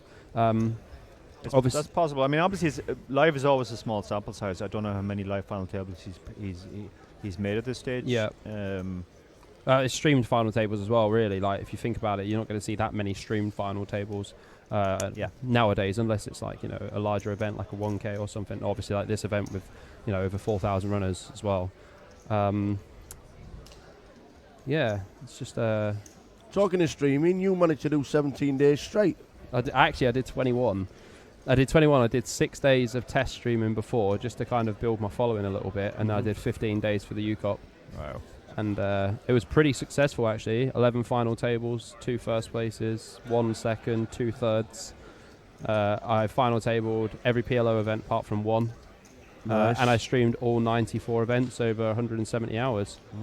To say it was exhausting would be an understatement. It's more about the fact that I had to kind of modify my sleeping schedule, have to change the session stuff. It's just I was pretty killer as well. And don't forget, it's the first time I've like started using like all this new streaming gear, like my Elgato and stuff, to change the screens.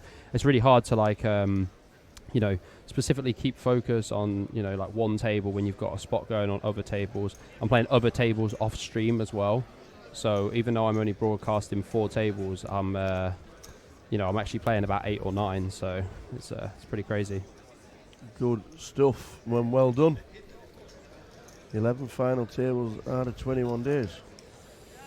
Yeah, I actually made a few final tables before I started the UCOP as well. Won the mosh pit and then come second in the mini mosh pit. So it's pretty good. They seem to be like the comps that I seem to be doing alright in, and I even like see Dara on there sometimes.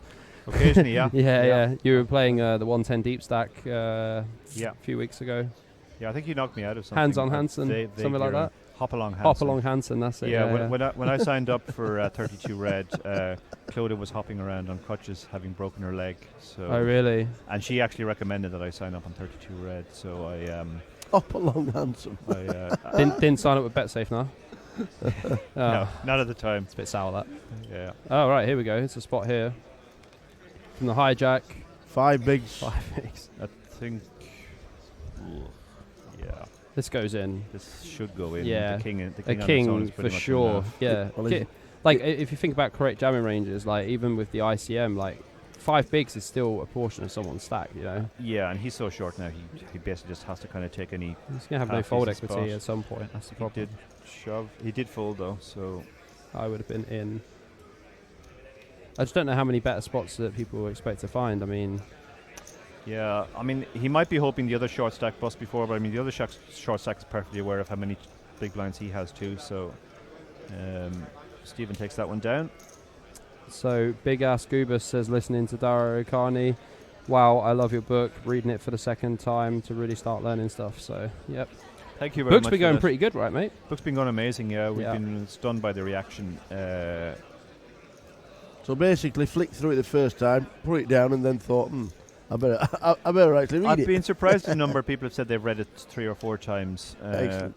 And also the number of people have said they've read it at one sitting. I've never read a poker book through in one sitting.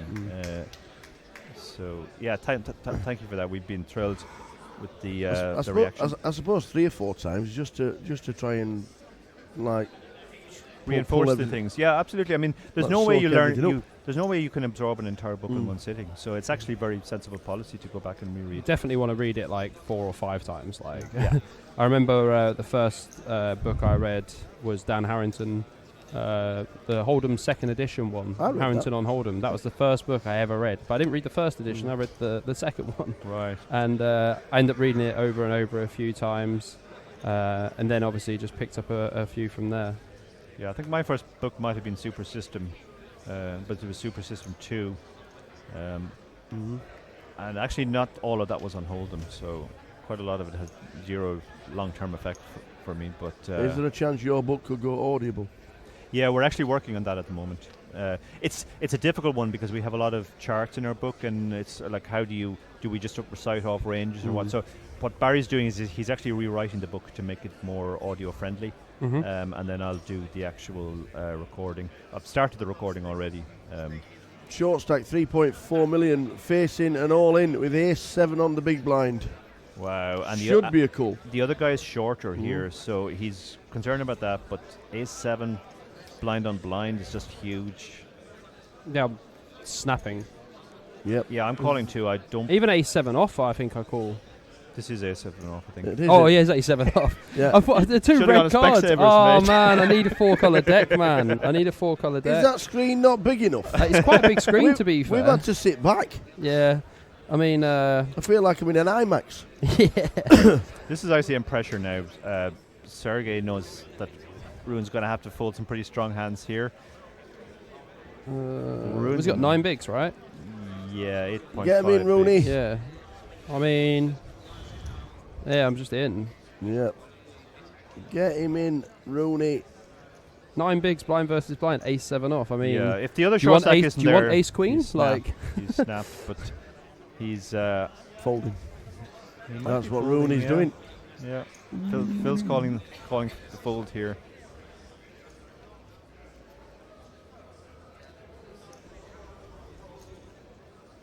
Does it make it a fold knowing there's a guy actually got half of your stack to your left? That's the thing which is making him consider the fold. Yeah, I still think he's so short with 8.5 big blinds. He kind of just has to take this spot.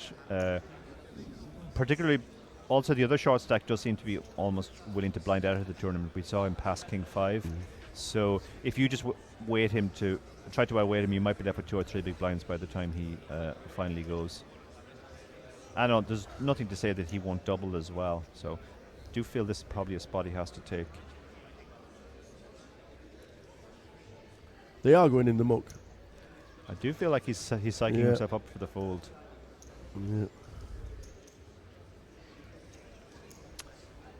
oh, it looks like he's giving him a bit of a look now as well, with a bit of a grin. Yeah. Yeah. We'll wait. We'll wait. Yeah, he shows the ace. Oh, don't show the ace. Aye, that's come the on, worst man. thing you can What do. are you doing? Look at Column there. He's got the smile on Column's face, thinking this is just it. This yeah. is If you're Yeah. folding an ace, blind versus blind, like, Fold and tell nobody. yeah. and Just- and delete the evidence. Yeah, that's unfortunate. But I mean, I understand that he's basically trying to ladder. He also thinks that even doubling doesn't do him a tremendous amount of good. He would still be the second shortest stack by a long way. But if he waits for Bruno to blind out of the tournament, he's going to be left with shrapnel himself. Fraser Mack in the building. Come to I-5, everybody. Good. All good. This IMAX.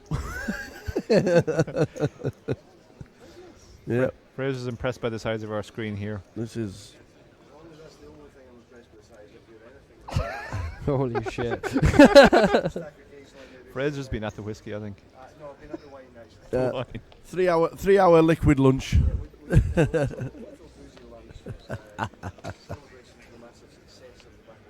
Good on you. Now they're in. They have to be in right now. 4 big blinds. Blinds are now 255,000. He's got 4 big blinds.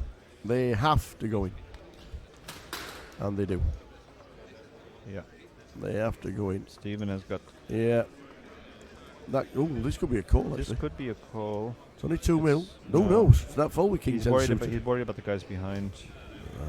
Yeah, I'm definitely going to fold King 10 suited there. Yeah. Not even Interesting. questionable. We're going to be the big blind is going to be. Oh, it's a small blind. Small Rooney. one. This could Yeah. get through, and he's only got 6-4, so he's not going to play. So this could even though it's only 5 big blinds, could get through unless the big blind has a hand. Yeah. The thing is as well, like he shoved under the gun. He's pretty tight. He folded king 5 off for 5 bigs in the hijack. So Yeah.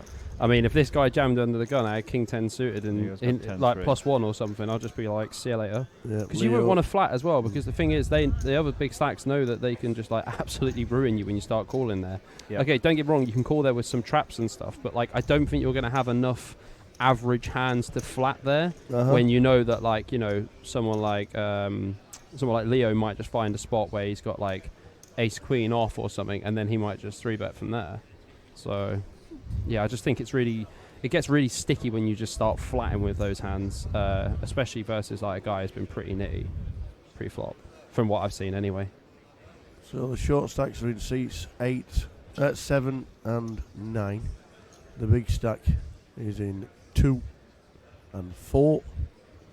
And also Column has built his stack up after taking out the first 2 players at the final table in successive hands. So we are 7 players out from crowning a champion. My friend come 14th last night as well. Teddy, All right, yeah. yeah, the Norwegian 14th. guy, yeah, 14th.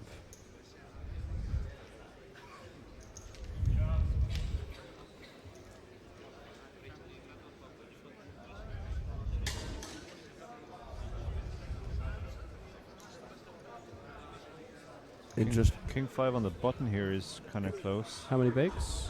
He's got 8 like again? 8 bigs.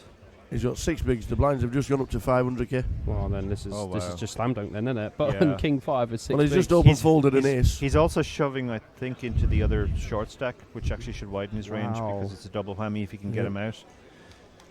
This just goes in. This is a shove because it's the short stack and the big blind. Yeah. The tight short stack. Oh, bless you. Just thought I'd sneeze first. All in. Yeah. Easy. And now the shorty on the table. It's going to be an easy With fold. less than Especially 5 with the big bigs. blind ante as well, like it changes a lot in the fact that, even though like he's got 5 bigs, now he's obviously put that in and he's got 4 bigs now. When it comes round to him next time, 2 of his blinds are going in. Do you know what I Yeah. mean? That's half of his stack. Yeah. And he's never going to get folds when he shoves, unless he shoves under the gun and everyone else has just got trash. Yeah, but as happened last hand. So now you can see the 2 short stacks is super short, 4 bigs and 6 bigs, and they're so far behind the Leo, who is in 5th place, Yeah. that even doubling doesn't do them a tremendous amount of good. Well, so they were- barely even get close, right? They're basically playing a waiting game now. Yep. This is the problem. Like, I think when you're short stacked on like a final table where like the pay jumps are significant, blinding out is probably the worst thing you can do because you just never have a chance. You never give yourself a chance. Like when you have spots with like King 5 off on the button with 5 bigs, like it's a plus EV jam, right? So even though ICMs, especially when the guy in the big blind's got less than you, Yeah, I just think put that that was a pressure spot, on, That was a like- spot he should have taken. yeah, Sure. you just 100% can just absolutely hammer the pressure on. I don't think Rooney and Bruno are just looking at each other waiting for the all-in and then praying that they end up losing. Do It's you a want 9k more, it's or a shall I have exactly. it, mate? Like It's a 9k pay jump from 7th to 6th, and it's a chunk of money. it's 18 buy-ins, isn't it? Really? Yeah, So. it's a flicking for Madrid, or 2. The main event travel get involved for Madrid for the final MPMPT. Good. If you need anybody to carry your bags, I'm available. Rooney has an easy shove here now. King Jack off. 6 It's not 6 bigs. Yeah, this is definitely not questionable. And the short stacks in the small now. Short, small, yeah, exactly. Yeah. The other short section is small. He's coming into Stephen's big blind, but I mean Stephen won't call wider than he should either. Stephen's not going to make a stupid spike call or anything. So this is just a spot now he really should take. He's very concerned, obviously, by the fact that the other guy is shorter than him, but he has moved all in, so he's drawn his line in the sand here. Finally. Easy. I think it's a pretty easy fold here from Leo. I don't really think that you should be ISO in here I when agree. you know. All right. Look at What this. is life, man? Bruno? Oh yeah, Bruno's loving life now. Is that- yeah. Cool. What This you is got? amazing for Jacks. Bruno. And it's ended up shorty versus But this shorty. is a spot where Steve can definitely call. He has to because he can take out 2 players. It's not even questionable. Yeah. Yep. It's really not very much for him. Yeah, it's just an absolute snap. 5 big blinds. You can see he only has 13% equity, so if he saw the 2 hands, he wouldn't call, but obviously he's unlucky to be both dominated and up against a... I mean, he has Pretty got a big flush pair. draw. Yeah. And, like, you know, Rune's got the jack, one jack, and then Bruno's got the other 2. But the Vikings got a way of doing things. He needs runner, though. Yep. The jacks are looking good for a treble. Just ping a diamond on the turn. Got to have some sweat outs, didn't you? This is a great spot for Bruno. Bruno could triple here now. Yeah, that's what I'm saying. If you get a spot like this, it's a dream spot, but... Alright, GG. That's as dry as you could get. The Jacks. jacks are looking for a treble for Bruno. He just has to fade a king.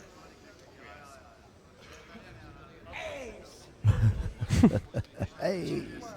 Well, it's a 1 out anyway, because Leo folded king 10, right? And Yeah. there we Yeah. do. So Bruno is back up to 7.3 million. Uh, And the side The pot, side pot goes to Yes. Rooney, so And he Rooney- is not out yet. so we don't lose anybody. No. But Rooney is down to 1.8 mil 3 bigs, right? and 4 big blinds. So 3.6 big blinds. He's by far the shortest now after that triple for the other short stack. Yeah. So, yeah, you can see now he's got it super easy. He's just got to take any spot he can find. The only good news when you have 3 big blinds is there are going to be a lot of profitable spots. Mhm.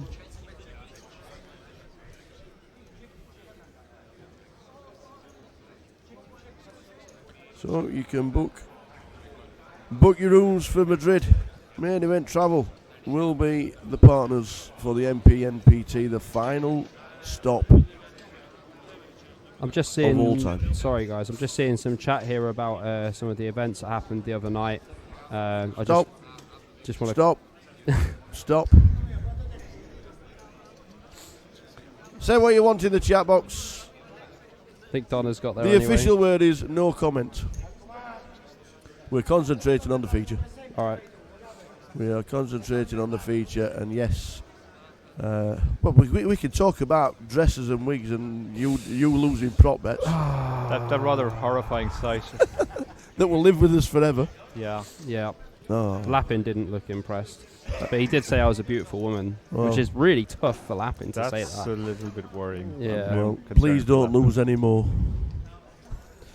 I don't think I'll ever do another prop bet again after that, to be honest with you. Like, Good. ever. I think it was early 80s I saw a film called Dressed to Kill. There was a Oh, I remember serial that. killer who dressed up in a dress. Yes, I remember That's that. exactly what Bobby reminded me of. I remember that. I expected bodies to start showing up in the lobby.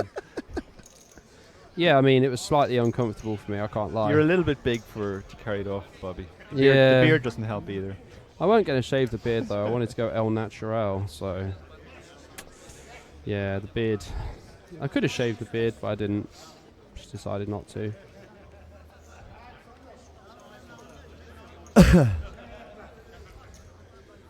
So nobody was eliminated. So it's still 33,880 for 7th. And Sergei is now looking down at the hooks. And he's got 26 big blinds. I'll just open This this. is just going to be an open, yeah. Have they been opening to like normal sizing or like 2.5? They've been very few min raises so far. Okay. It's tended to be 2.2 to 2.5. Mm-hmm.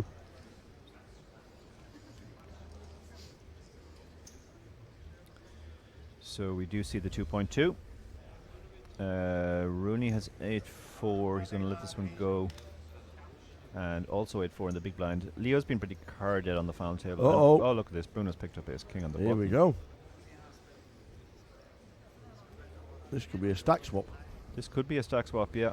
They're all in. He's moved all in. Yep. Bruno has got a rush of cards. The jacks should definitely call now. 100%. No count. They have to call. 7.3, so we'll be down to 4.7 if we end up losing. It's to 5.7 if he loses because he's already raised pre.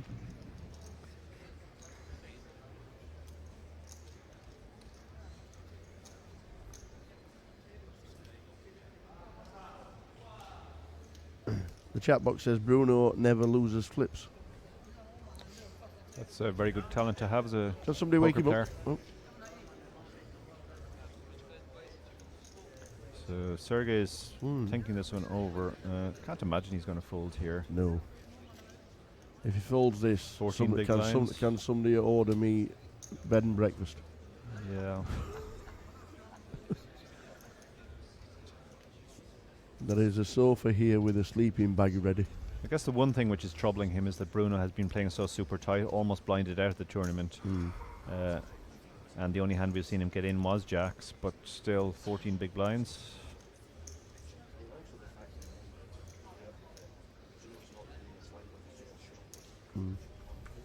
Yeah. Yeah, good point by Fraser from the side. We know that Bruno can't be light here with the other guy sat on 3.6 big blinds.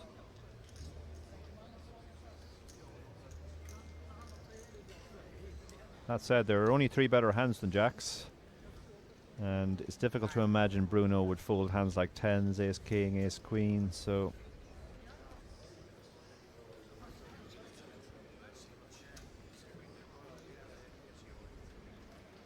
So he's going to count out the call, which is 6.3 million. It'll leave him 5.7 behind the line. He still won't be the short stack if he loses the hand, if he does call. yeah, he's not as handcuffed by the ICM as his opponent because he won't be eliminated and he'll still have significantly more than the other short stack. But yeah, he's taking a long time over this. This is probably quite a lot of time to take with jacks. Like if you've got 8s or something, it's How fine. many miles from Malta is Hollywood? Yeah. A significant distance. I'm not sure he's Hollywooding. I think No. this is what we call This is a a nit roll. it is a genuine decision. I think it's a nit roll, yeah. But I would. I think even the tower makes a call in this situation. Yeah, but like if you think about this spot, right, Doak, if you have like 8s or 9s in this spot, then you got to think about it. But you've got jacks. Do you know what I mean? Yeah, I would actually pass 8s, I think, pretty quickly. Yeah, past Yes. 8s and 9s. Yeah. Like jacks and 10s is the line. 10s is probably Yeah. the line. I think jacks is just a call. Yeah, like, 10s, here we go. 10s I would think about for sure. He's made the call, and he doesn't like He it. doesn't like being in He's a like, flip. show me your hand. Okay, so it's one of those spots where neither player likes being in a flip here No. because the shorter stack can obviously be eliminated. The other guy can lose most of his stack or over half of his stack. So It is it's an unfortunate situation, but the hands play themselves. the proverbial Yeah. flip. Who wins? Queen. The man queen, was five. calling for an ace earlier, and it was not even needed. There's a few friends on the rail shouting king, as you can Okay, hear. so Bruno needs to hit. an ace or a king or running queens. Running straight cards, maybe. Running jack 10. Yeah. No, the jack doesn't count anymore. Yeah, you're Oh, going to true, struggle. yeah. You're going to struggle Yeah, with yeah. Jack 10. Yeah. It has to be queen, in fact, yeah. I think an ace or a king might work. Yeah. Or an ace or a We, king. we That's need the a- easy way. we But need an queen, ace. queen is the sick way, Or though. a king. Oh, we lost one. It's a jack. Just a house. We have lost Bruno Massimo in 7th place for 33,000 euros and change. He's finished 7th in the Battle of Malta. Well done to Bruno. Quite the roller coaster for him. He had that big triple up. He would have been feeling great after it, but he still goes out Yeah. in 7th. Yeah, it's one of them spots. It's like a really unfortunate spot, but there's not really much you can do about it. Like No. when you have 2 premium hands, you just got to get it in. So Yep. yeah, the ICM's a little bit of a pain, but obviously he'd spun it up a little bit, and you know he's obviously unlucky there to lose a flip. But Yeah. you got to win your flips. That's pretty much. Short stack poker, isn't it? Now look, the other guy's got 3 bigs anyway. That's a sick ladder though, isn't it? Like That's a is. sick ladder. And you can see Leo's the second short stack. He's got 24 bigs. that's quite a so lot as well. Still, Yeah, it's once the short stack goes, the short stack is going to hamper yeah, all The of whole medium dynamic stacks, will The whole change. dynamic, but once the short stack goes, the dynamic will shift significantly. yeah. We're going to change El Bobinho for El Jasono. We might grab you back a little bit later, Bobby. Yeah, give us a shout. Thank you very much indeed. We are down at 6 as Jason comes in, and we did lose Massimo. He has been eliminated. Thanks, Bobby. All right, guys. Catch you Thanks, later. Bobby. Cheers. Been a pleasure. Top man. We will shout him back, I am sure, before the end of proceedings. We're down to 6. It looks like I missed some fireworks. I caught the tail end of that, though. And thank you, Bobby, for taking the reins for a little while. Yeah, Bruno had quite the roller coaster while you were gone, Jason. He got a big treble but then lost a flip. And Rooney is down to 3 bigs. How did that happen? Was it just a gradual bring down? Because I had to answer about 50 messages when I went out on break. Rooney was involved in the 3-way all-in, but he won the side pot, which left him with just over 3 bigs. 2 shorties were in and Stephen called as well. Bruno won. Stephen was the third player in. He lost both pots, main pot and side pot. So Rooney was left in with 3 bigs. Bruno was up to 14 bigs, but then gets ace-king, which he reshoves over jacks and loses the flip. This is an interesting flop because Colm flops the flush draw here, and we have Sergey here with a decent hand as well, and he was the under the gun opener, so we should expect him to bet on this kind of flop, even though he doesn't have any clubs on his hand. He is typically going to be strong opening from under the gun, even though we're only 6-handed. And it looks like the standard bet of 750,000, and Colm is certainly going to call. These players both do have chips. He shouldn't be that concerned that his player has a full house at this point for sure, and he has a flush draw. Yeah. Is that a raise? It could be a check raise, which would look super strong and showing a lot of heart for Colm. It is indeed. Yeah. Yeah, he's got the flush draw. It's also quite a difficult board to hit, so a lot of the time his opponent is going to have the type of hand that he has, king high. And he's applying ICM pressure too because he covers Sergey. I like this. And then he's going to have to let this go. He has a bad gut shot and nothing else, so he gets it through. Yeah. Lots of heart, and I think it helps Colm that he has that big rail behind him, giving him some positive energy.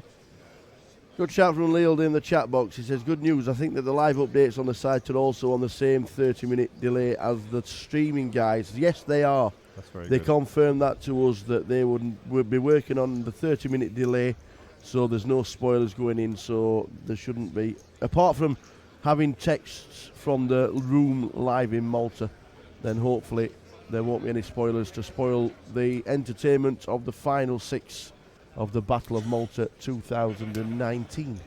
And shout out to Booze Brochet. Haven't seen him in a long time. That's Jeffrey, good friend of mine. Haven't seen him in about a year though, so may make a trip out to Amsterdam to visit. Depends on how many poker trips I have planned. It's hard to take regular vacations, but shout out to you. Rooney's under the gun with 3.6 big blinds. He's going to be in the big blind next hand, so he's going to have to post half of his stack. So he might as well go with 9-7 suited here. It does have equity against most hands. Has too. equity, and he can actually win the big blind when he shoves. Whereas next hand he'll have to post a big blind as ante and can only win that back. So his shoving range should be super wide here. A 9-7 suited certainly qualifies. Now the bad news for him is that Leo has a hand behind which could call and has him in terrible shape in the sense that his flush draw isn't live. Although you can see that even against that kind of hand, he still has equity. So Yeah, it's almost a coin flip, actually. yeah, It is so hard to keep up with this chat. I don't know if you guys have been trying, but it is on fire. It is indeed. yeah. Leo makes a fold there. I think ICM is the main consideration for Oof. Leo. He doesn't want to, and Stephen's waking up with kings. Stephen will not be folding here. Even against kings, he has 20%, though, which is interesting. Yeah, it's the perfect hand.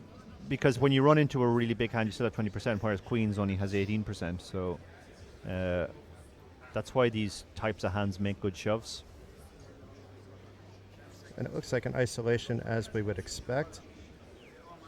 Probably about 4 to 5 million, it looks like. Let's see what the official count is.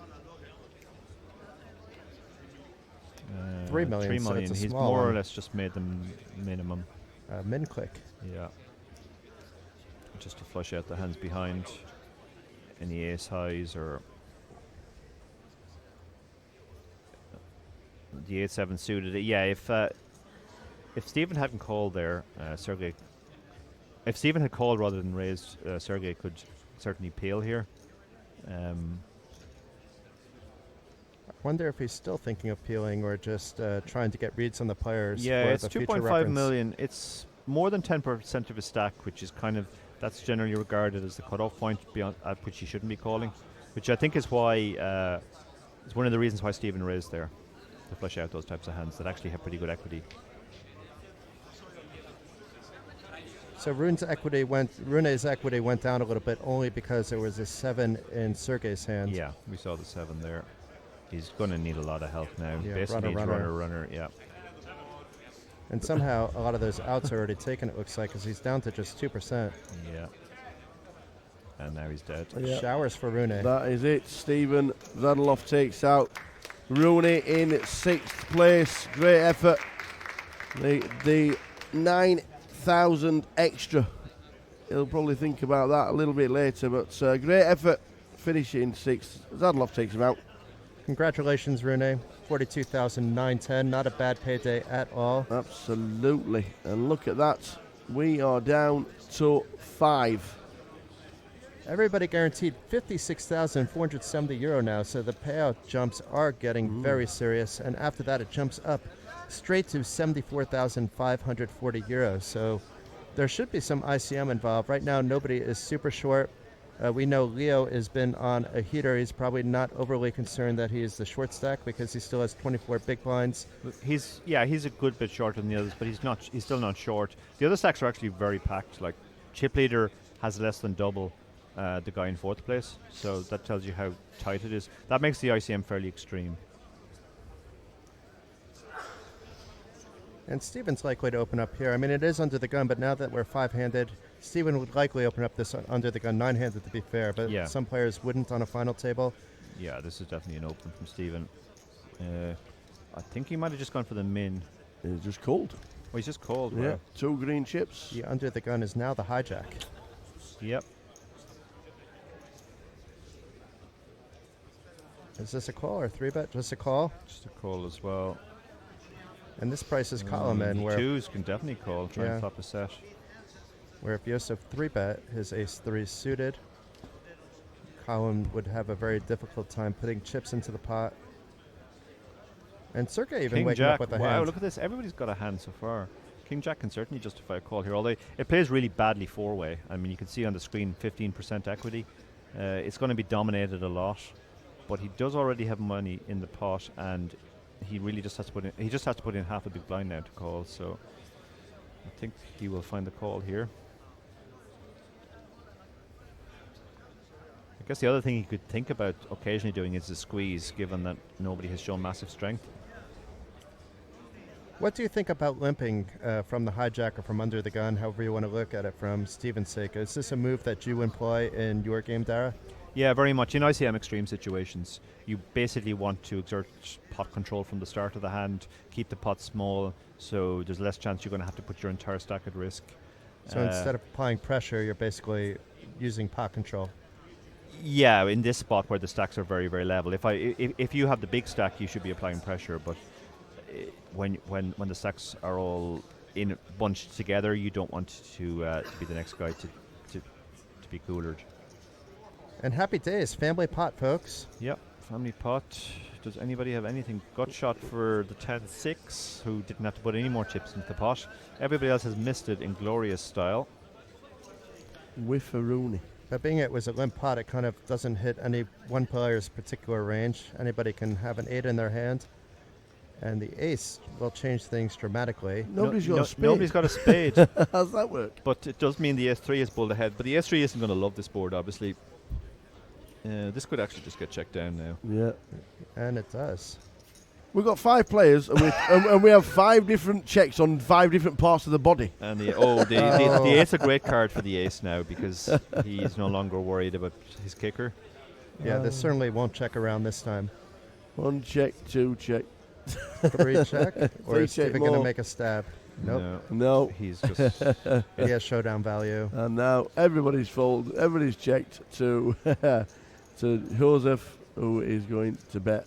Looks like about 1.5, very hard to get called now. maybe 1.25. 1.5 it is. 1.5 half pot. And he's just going to, everybody folds because nobody has anything. No. A nice little pot there for Yosef, Yeah. It's considering it's 6 a big family blind one. pot. Yeah. When the chip leader only has 64 big blinds, that's pretty significant. And let's give a shout out to HD Poker Stream as well. They've been with us all week long, and as you can see if you've been watching on the previous days, the camera angles are fantastic. We had a single camera the entire way, and now with the 5 cameras in motion, maybe 6 even, we can see close-ups on the players, close-up on the chips, close-ups on the board. Everything is very high quality, and enjoying it a lot. Yeah, live stream like this really adds to the occasion. It allows people to watch back home, to rail their friends if they're there or their favorite players. Yeah, you could be like asking your local pub to turn it on the internet, and there you go. You don't need necessarily to listen to us, although we appreciate if you do. But you can follow the action even without listening to us based on the fantastic camera angles. Big shout out to Mark Physic, the Fizz Bomb, watching live in Southport in the United Kingdom. So loving the stream. Yo, yo, yo. Loving the stream and everything that goes with it. I'm just going to get Fraser Mack to sit down for 5 because he's hovering around like he wants to. So I'm just going to grab him in for 5. So Tower taking a break now. One needs the boys' room. So you might as well jump in for 10. We have the legend coming in, although he doesn't like to be called the legend, but we have Scottish poker legend Main Event Travels. Fraser McIntyre back in the house. Welcome, Fraser. Former very chip much race for guest. yes, former chip race guest as well. Yeah, thank you very much on the for world's that. worst phone line from wherever the hell you were. Yeah, somebody pointed out that I must have been shouting down the toilet to get to speak to you on that particular edition of the chip race. But We've been both chip race guests, actually. yes, Yeah, a lot of chip race guests. Stephen up there on the final Exactly, table yeah. is a chip race guest as well. Have you had Tower? We haven't had Tower yet. No, that's something we will definitely rectify over the coming season He has stories galore, Tower. for sure. Been around a very long time, the voice of UK poker, does currently all the GUK PTs, among other things. he's absolutely fabulous, and he's great fun when we actually get to the bar. Afterwards, he's he's a lot of fun during the event. He manages to do that entirely sober, without any alcoholic Solid beverages. But when we get to the bar, then he's even funnier. Yeah. So yeah, hook him up. Just don't ask him to buy you a drink. No, for sure He's not. He's not awesome at that. In fact, I don't know how that happens because I'm supposed to be the tight one as a Scottish person. Yeah, but no, we give Tower a ribbing for that all the time. So You have the company bankroll, Fraser. yeah. Well, that's what it is. I just put it on the company card and claim the tax benefits apparently. But how's this been going so far? Well, the story, I guess, so far has been Colm, who came into the day very short, but knocked out the first 2 players on the final table. Wow. He's got himself up to 3rd in chips. Stacks are really condensed there, as you can see. 60 big blinds to chip lead. The guy in 4th has 40 big blinds, and even Leo, the short stack, isn't super short with 21 big blinds. Yeah, so we came in with some very short stacks. They've all been eliminated now, so we're going to see a different style of play. I'm not surprised by that VPIP stat at all. Stephen, Not 40%. at Stephen has all. been the more aggro for sure. Well, I figured that actually. Yeah. Speaking to some of the guys earlier on, Viv, I'm as he's just known saying online. that- Anybody who's yeah. played with Viv online would expect a will very high know, VPIP. yes.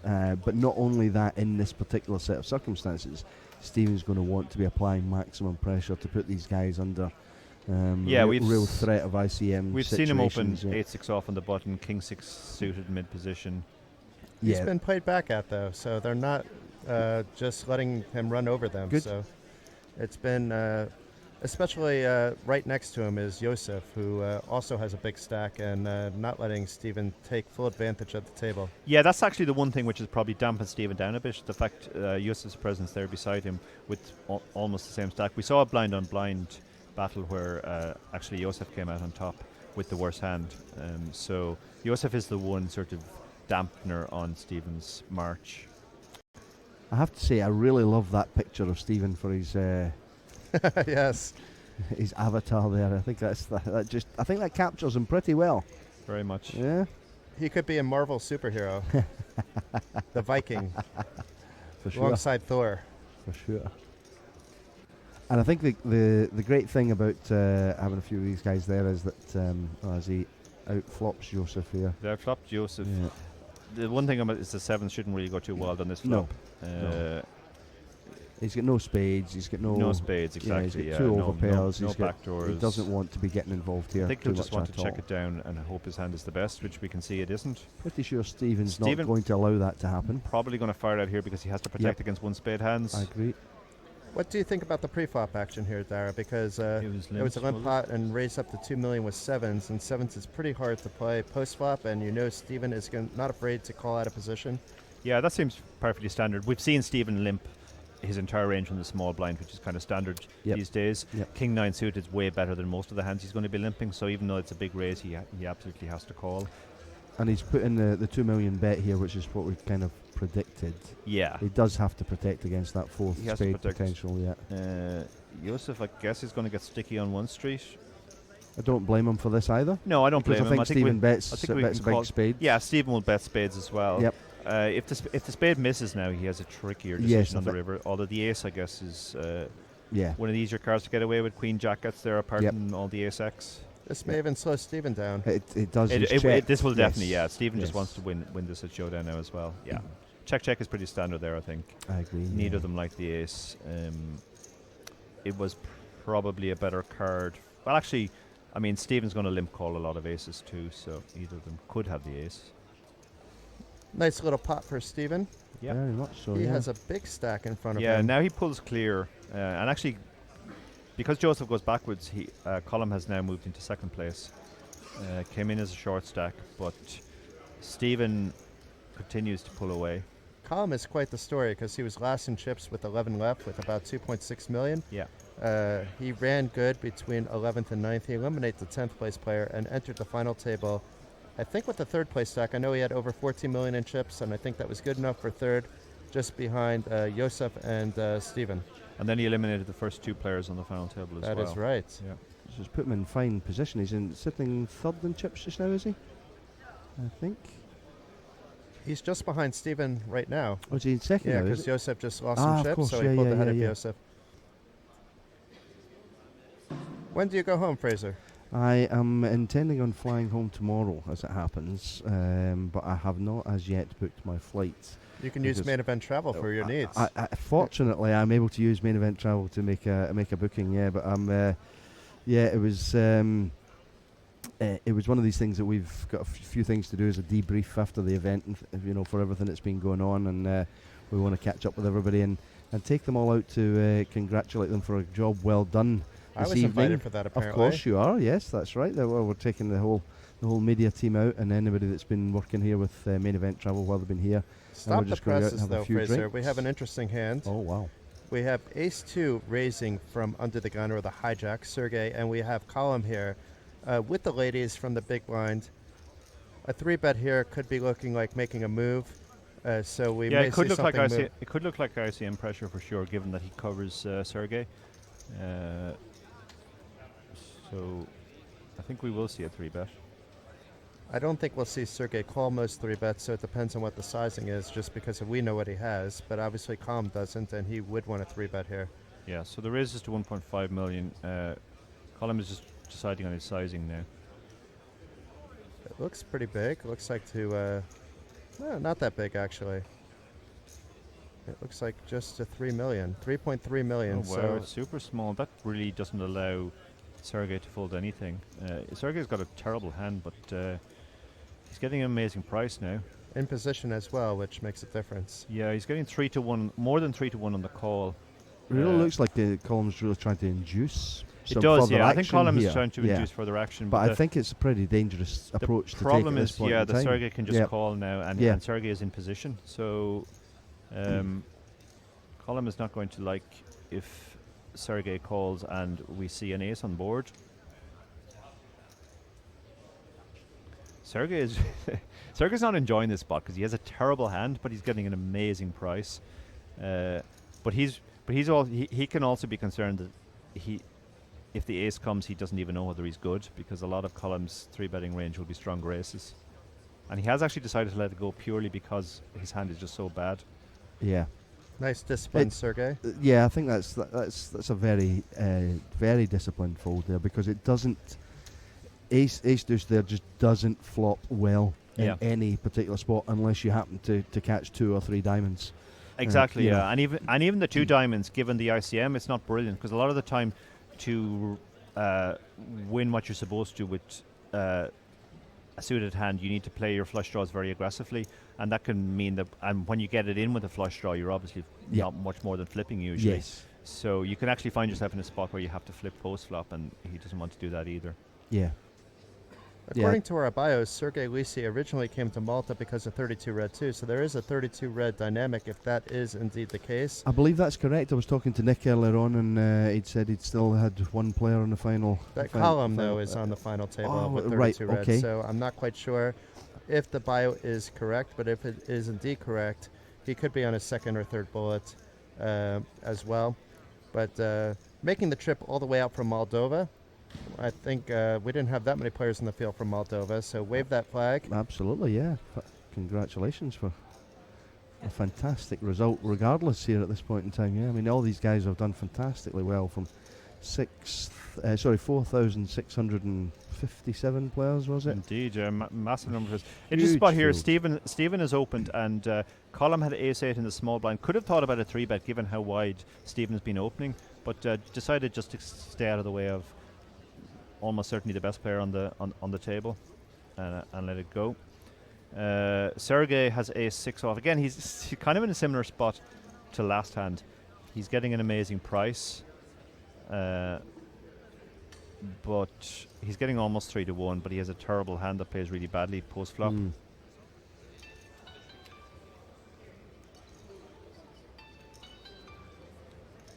I think he might reach the same conclusion as he reached last time. I like that he takes a little time to think over each spot. I mean, it's maybe not as close as some of the other spots that we've seen, but that there is a lot of money on the line. He's throwing away his complete rags right away, usually. So Yeah. it's not like that he's trying to do timing tells. He's actually just thinking things through, making sure he does what he wants to do. And it looks like he's reaching out for a 3-bet here. Yeah, you could. This is the other thing. You can. Calling is not the only option. You can also turn your hand into a 3-bet bluff, knowing that if you get 4-bet, you have a pretty easy You just fold. snap fold, Yeah. yeah. I Yeah. think that how much history will he have, though, on what the play has been like so far via the stream delay? That's You another know, bit. It's he all will, in. he will He may factor have- this in. Oh my God! Yeah. Hold on, guys. He just jammed. He's going to. Stephen has to let it go here. Oh, That's the wow. whole point. Is that he will have history in what Stephen's been opening so far. He'll have seen the King 6 type hands that you've talked about earlier, and he factors that into his decision there. It's That- pretty bold, though. That was really brave. Yeah. I mean, Stephen can get dealt hands too, and if Of course he Stephen can. if Stephen has a hand that calls there, A6 is going to be in horrendous shape. Yep. Yeah. Showing he has no fear, though. That's very interesting. So that may actually give Stephen some information I was that just Sergei's gonna not say the interested same in thing. ICM. Yeah, it's going to give Stephen a fair amount of information, and it's also going to give him when he gets a little bit of feedback on that later on in the day. It I mean, potentially sets up other spots. it can go. It could go two ways too, though. Given that we know that he's prepared to shove 40 bigs with A6 off, we could see Stephen snapping him off with 8s or 9s in the future, a hand which would never normally call Yep. that big a blind. So it's that's certainly that's the most outlandish move we've seen yet on the final table. It's basically a shove and hope, where you just hope the guy doesn't have a hand. And if everybody's playing the same, then it becomes a little boring at the end, too. Oh, for sure. So it's good to have Sergei on the table. Now he's waking up with ace-queen on the small blind. And this is an interesting spot now because he's looked, people can sometimes misjudge this situation where somebody wakes up with a hand after having been particularly active Yeah, once or twice recently. He's played the last two hands, and now he's going to play this hand as well. So, and he's in the small blind, a position where he doesn't need to have a hand. Yes, and you start to draw a conclusion that this guy's he's stepped up a couple of gears, and now your play can vary, and this is a spot. Here. Yeah, Leo's a spot. yeah, this is a. Leo has less than 20 bigs. He's pocket fours, blind on blind. He's the shortest stack. This is an all-in for he's sure. going to shove. Leo of knows course he exactly is, what to yeah, do here. Yep, Yeah, and he's going to get called. yep. Snap And now call it's this time. and now it's a fair fight. Yeah. Fair To fight. the finish. Yeah. The four's only very slightly ahead, and yeah, Leo didn't need to think about that.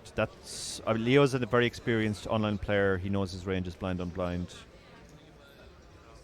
an ace in the window. Oh, this is unfortunate. I'm very sorry to see Leo go. As I said, I played with him on day one. It's the most impressed I've been with a live player that I was playing with live for the Let's first see a time in a long 5 time. here. Make a sweat. No. No, he needs a Yeah, 4. a 4, or it's the door. Or another 4. Ooh. Well, good game, Leo. Yeah, fantastic result.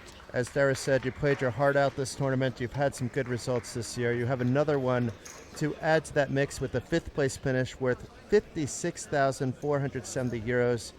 That is a whopping sum. I know you might be a little disappointed coming off that you weren't able to get into that 6-figure range, but very nice run. Final table WPT in Nottingham recently.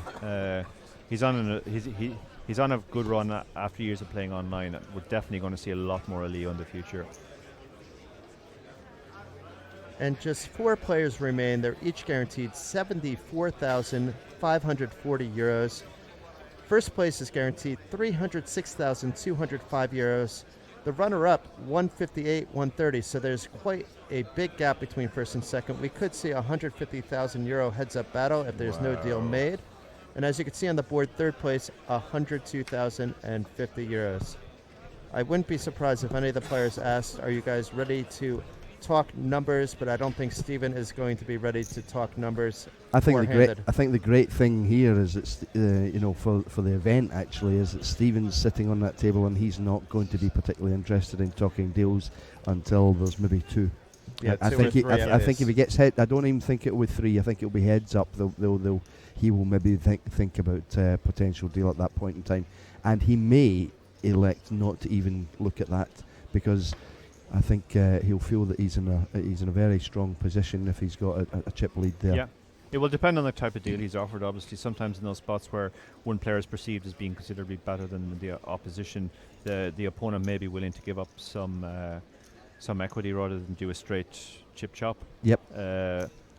But Stephen, obviously, former W Coupe main event winner, lots of big scores. So even though this is obviously a huge tournament and 150k is a lot to be playing for heads up, Stephen, you're completely right. Stephen's the one guy in the field that, let's say, with the 150k means less to. It's Yeah. still a lot of money, though. Yeah, it's a chunk of change. And did somebody mention it's a 550 buy-in event? No? Yes, Indeed, I know. 555. Astonishing. Astonishing. The biggest ever in Europe at that buy-in range. In fact, the second biggest ever in Europe from 550 on up, It's or incredible. 300 even up. Incredible, yeah. And only one event has beat that, and that was the EPT Barcelona. Barca. Yeah, I was going to say with it's just quite phenomenal amount of money for and a number of runners for this level buy-in. Sergey has a hand here that would normally be an open on the button. King 2 suited. Pretty much open any suited king. Let's see what he does. And has a bit of chips now, so if Hmm. he's played back at it, it's in an easy fold for sure. Yeah. And Is just he the some chip min-raise. leader now with Leo stack? No, Stephen Stephen's is still still chip leader. ahead, but it's very yeah, close. it's very close. Yeah, so the 2 big stacks actually could get involved here. We've got a min raise on the button from Sergey. Stephen is going to defend super wide, given the price he's getting, and they both hit the board. Stephen has bottom pair and some backdoors. Sergey has top pair but no kicker, so I can't imagine either of them going too wild on this board. They both have some showdown, some potential to improve. So yeah, the flop has gone check as expected. The jack on the turn is also kind of an action killer because neither of them have improved. Sergey might throw out a blocker bet now just to try and get the check behind on the river and to try and flush out equity. But he could also just check behind and hope to check it down and win. I think in this spot I'm quite happy to check here. Yeah, check it. The check is check perfectly it. I mean, we want reasonable. to control the size of the pot. We don't want to be. Yeah. You And don't. while there are more draws out there now, there's only one card to come, so it's less. Yeah, I'm tempted just to check it, let it go here, and see a nice, hopeful, safe I think river. he's- But he's not going for that option. Yeah, I think the No. other option is to go for a relatively small bet to try and paralyze Stephen, so that Stephen will check the river to him, and then we can check behind. There is the danger that if you don't protect against the Yeah. the sort of 1 card or 4 card straights option here. Yeah, This there's doesn't look that small, though. It is 1 million, okay. yeah. This is Stephen has to call because he has a pair basically, and But I think Stephen will would No. check fold the river unless he No, improves. he's folded. He's just folded, yeah. Yeah. I actually prefer the fold. I there, prefer 'cause the fold I too, don't yeah. know. Yeah. I mean, I don't know which card he wants to see on the river. In Six. Stephen's situation, a 6 is That's literally the only About- one. that's yeah. about it. Yeah. Yeah. So on that basis, yeah, there's no point chasing that. He's got the chip lead at this point in time. Yeah. And look Oh, how sorry, he had he had the chip yeah. The, lead. sh- Yeah, he the doesn't chip want leads to change change hands it yet. in that pot, and actually you can see just how crammed together the stacks are. The chip leader only has 21 big blinds more than the guy in fourth place. This is literally anybody's game yeah. at this spot. Anybody yeah. doubles, Yep. they're the chip leader. Look at those beautiful payouts. We could go an hour or two actually before we even see an elimination if anybody's really concerned about the I- pay jumps. None of the players have been shown overly concerned about the pay jumps, but Yeah. they should be at this point. Yeah, I think. Yeah. Yeah, whether you're concerned about the immediate pay jumps or not, you're supposed to play very tight now, and they're all playing very solidly. So, apart from Stephen is the one who's a little bit looser, but he's keeping pot small as well. So we could be in for a period of attrition now until we get to the next cooler. And Sergey's also shown that he's not afraid to get his chips in. So, and Colm got his chips in when he had a slightly shorter stack, but he was a bit deep at that point. But these were with premium hands. So you don't widen your ranges four-handed. Obviously, you have to widen them to some degree. But you're saying that we should see it tighten up at the same time. So Well, I we mean, should see tighten up somewhere- in comparison to normal four-handed ranges. I mean, the fact that it's four-handed is like your range on the button four-handed shouldn't really change from your range on the button full ring, and similarly your range in the cutoff shouldn't change, and your range in the small blind and big blind. All that's really happening is all those early seats where you're going to be doing a lot of folding are gone. So you are playing more hands, but you shouldn't be playing more hands than you would from those seats normally. And Stephen, who's been limping a lot in the small blind, opting to make a pretty sizable raise, and maybe his timing is off. Joseph is going to apply pressure right back. Yeah, this is a hand he doesn't mind folding to a raise, so he's elected to raise it. If he had a stronger hand like 9-8 suited, he'd be much more likely to limp that because he hates having to fold that to a raise. Yeah.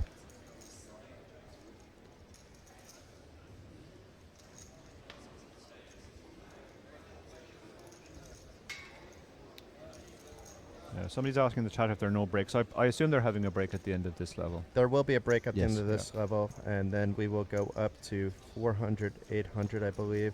No, 300, 600, I'm sorry, and then 400, 800,000, and then there'll be another break. So every 2 blind levels, there'll be a break. There could be an unscheduled break if players do wish to discuss a deal, obviously. There is supposed to be a 75-minute dinner break today, too, but the players can agree that are remaining that they do not need a dinner break. That's entirely up to them, usually. The tournament director is accommodating to what the remaining Of field wants course, to yeah. do. I mean, the reality now is that everything is based around these 4 gentlemen that are sitting here playing the game, and it's got to be sort of worked out to suit them primarily. The stars of the show. They are now the guys, yeah, and it's their money that's up in there in the prize pool that's left, and how they want to try and achieve getting it is up to them. And I have seen spots in situations like this where 3 of the guys are saying, no, we'll not have a dinner break just now, and one guy goes, oh, I see an opportunity here just to ruffle some feathers. So, yeah, no, I want a dinner break. And all of a sudden that can be used as a little bit of strategy, a little bit of mind games just to throw people off their track. So Yeah, it's you can be a little bit creative in spots like this if you Because it's fortunate not enough to majority find yourself rules. in. It's all players It's have to all agree to players change agree, the yeah. structure. So we have an interesting spot here. Stephen has raised on the button, and he's used a much bigger sizing than we've been accustomed to. He's gone for 3.6 big blinds. Colm would normally defend Jack 8 against a min raise, but he's not too sure what to do against the 3.6 big blind, which I presume is why Stephen is doing it, to make it more difficult for Colm to know what to do with certain hands. We've seen such an assortment of bet sizings from Stephen, anywhere from a limp to now 3.6x. Yeah. I'd love to get into this man's head. I know I like it because the whole principle here is that he's trying to throw the others off their game. Yeah, he is. Yes. And, So and he's that's the doing that. point. You can see that if he plays that hand standardly and just min raises, then Colm just throws out the chips and makes the call. Exactly. But he had a long think and decided in the end he had to fold. And we have our tech team coming, and that usually means that the break that you guys were talking about should be coming in the next few minutes. We'll likely get an extra hand or two in play. I believe Dara will be staying with us after the break for a short time, and then we'll be joined by the lovely Diva Byrne. Although I do need to look at the timing of our guest schedule. Yeah. We will likely have the tower back. Fraser's You nearby will, though yes, when somebody needs a little bit of a break. I'm just an imposter. Don't worry about that. Well, I'm- Sneaking in Unplanned guest, occasionally. Fraser. Yes. But we do love Fraser. We do love Main Event Travel. They helped out so many players here at the event. They did provide the back end to the Battle of Malta blog as well, which looked fantastic to me. Thank you very much. I'm glad you liked it. And also helped provide the Battle of Malta app, which was useful to so many players that were in attendance here at the 2019 Battle of Malta. Great, yeah. And incidentally, on those matters, any feedback or constructive criticism is greatly accepted. Yeah.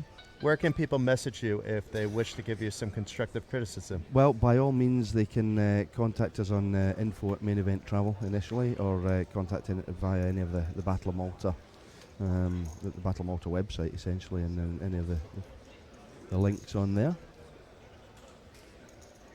And I suppose there's a contact tab on the Main Event Travel page, and they Yes, can just contact Of you. course, Great. yeah. There's actually a live chat box there as well. So And you may hear back from Fraser himself, but that's Yes. very unlikely. That- Actually, it's probably it's- Mark or that- Matthew. that's less likely than people might think. But, We've a very interesting spot here. Column limped the small blind, as was spoken about before. Limping your entire range in small blind has become very popular. Sergey has a terrible hand in the big blind, so he decided he would raise it as a pure bluff, 6-3 off. So we've seen Sergey raise strong hands before, we've seen him raise now with the junk hand, which he doesn't mind releasing if he gets re-raised. Column obviously just decided his hand was strong enough to call, so he has called. He's flopped an a gut shot. But Sergey has bottom pair, so Sergey has a tricky spot now to decide whether he should bet or not, given that he's hit a pair with his really bad hand.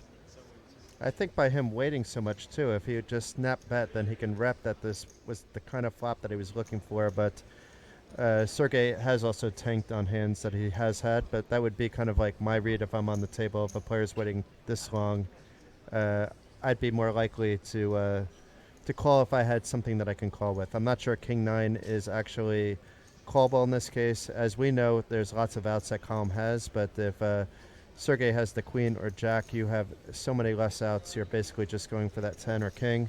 Yeah, sometimes you have the best hand here, though, as yeah, well. I agree. I actually think he'll make the call here. Yeah, I mean, given that Sergey is raising a hand like 6-3, he's probably raising hands like 7-3 and 7 deuce as well. 7 deuce and 7-4, those types of hands. So we can actually be ahead with the king. So similar to what Fraser said, I would call here, not just because our hand. Oh! There There we you go. Yahtzee. The one thing is, Sergey shouldn't really go. Sergey might try to represent his king now, which would be quite interesting. Yeah, that would be very interesting. If Sergey should just put on the brakes now and take his showdown, I think.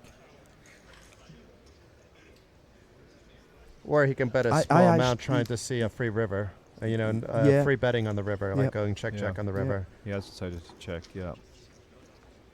And the river is a Jack of jack clubs. clubs. Shouldn't be too much of a scare card That's for the Column. backdoor flush, so yeah.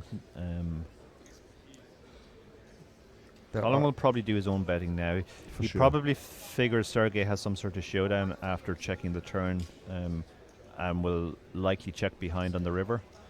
So Yeah, I think the danger here is that if you check behind, or if you check, you allow your opponent to check behind and get away with yeah, nothing.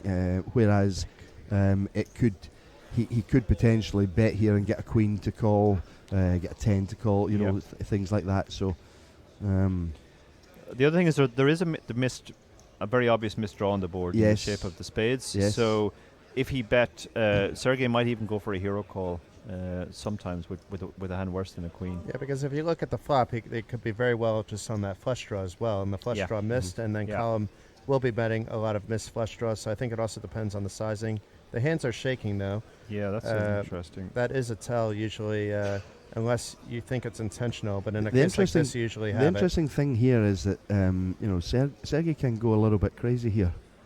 This is a spot where he actually can feel as if there's an opportunity to take Column off of a mediocre hand, or Yeah, yeah, um, that's a very good point. and the 3 really probably doesn't play in that spot, so calling isn't really an option here. No, calling But is. what are you really betting an out? option. You're betting out some queens. You're betting out. He does fold. Yeah, he makes a correct fold, and that's absolutely standard. But there are spots like that where somebody just will go, oh wait a minute, I see an opportunity to collect a pot here, because he shouldn't really have what he's trying to represent. But then there was he could have had a jack just as easily. So Another, looks like we're another going nice on spot for break. Colin there. Yep, the players are going on a break. And it looks like there's going to be a chip race going on, so we will not be seeing, I think, the 25K chips in play anymore, because we do see some more green chips in play, or that doesn't really make sense either. So I think what's going on is that we're just going to have some of the chips colored up, yeah. and we'll have less chips on the table. The tower will be back after break. I'm not sure who we will be with. I believe it'll be Dara O'Kearney for a little bit longer. Fraser McIntyre, thank you for coming in, giving Thank you Tower very a quick much. break. Yes, no, happy to join you anytime. So And thanks for Bobby as well, Bobby James, for coming in as well during the last 2 hours. And we will be back in 20 minutes. Please stay tuned, and the action will play down to a winner on the stream later today. Thank you.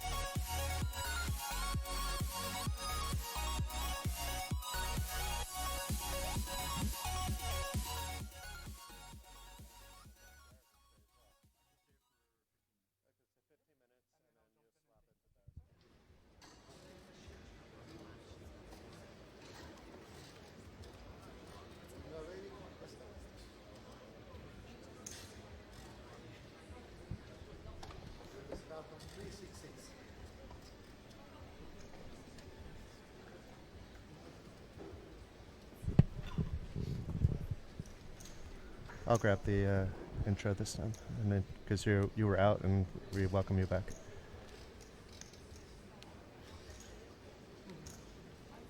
And we are back. I hope everybody enjoyed their 20-minute break. The Tower is back as well. He had a little bit of longer break. Welcome back, Tower. Thanks, Fraser. He says, go and get a glass of water. So I did. And we have Dara back for at least 10 or 15 minutes, and then I believe Fraser will be coming back. We were expecting the lovely Diva, but I just got a message that she got tied up with something, so hopefully we can get her a little later. And John Kite will be joining us at some point soon as well. I think I saw Diva in the pub. I think she got 3 bottles of wine in front of her saying she was occupied. Only kidding. Only kidding. 4. We're down to 4. Welcome back to all the chat boxes galore. I'm going to log into Facebook right now to see who's there and watching on the Battle of Malta Facebook page as we head to the first hand of this session with the blinds at 300,000 600,000. And I don't know if you were watching this stream at all while you were on your extended break, but we are down to 4 players now, Tower, and there are no short stacks. Yep, I saw the last elimination. And Stephen doesn't have the chip lead now, actually, but when he had the chip lead, it was just like $1 million or $2 million in chips. So it's quite tight up top, and Sergey and Josef have both shown that they're willing to play back, and Calm is as well. I mean, all 4 of these players want that trophy very bad. Mm-hmm.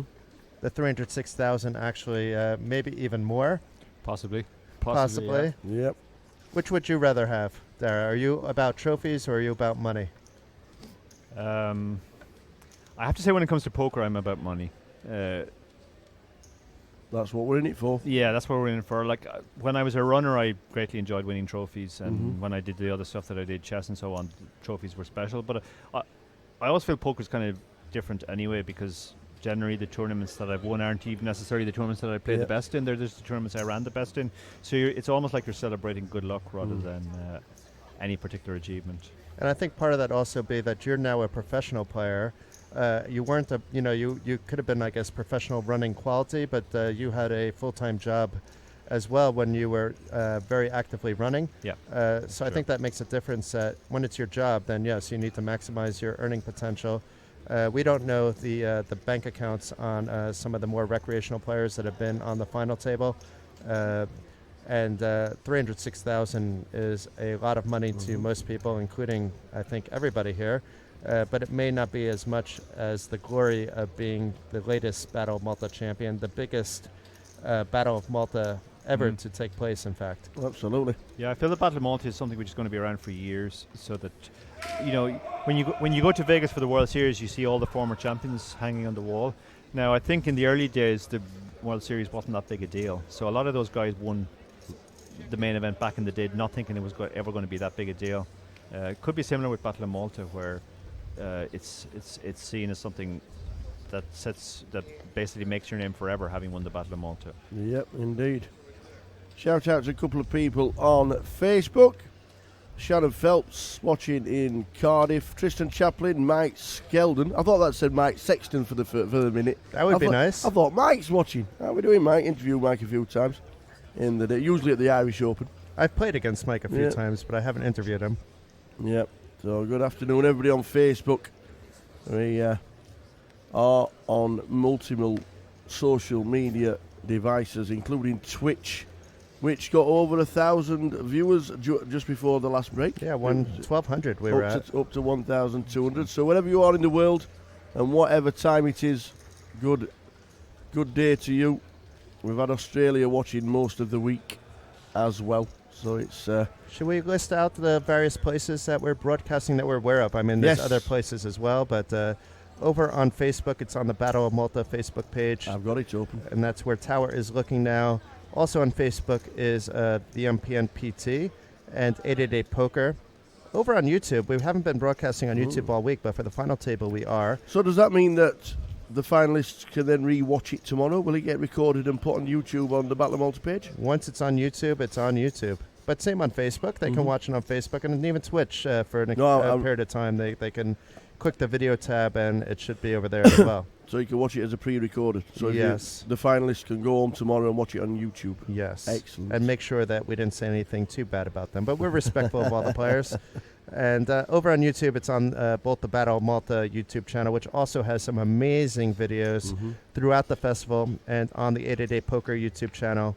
And over on Twitch, we're also on 2 places. We are on the Battle of Malta Twitch channel and also the Thrill of Poker Twitch channel, which is where the MPNPT is broadcast. So quite a lot. And let's not forget, you can also just be watching on the Battle of Malta website.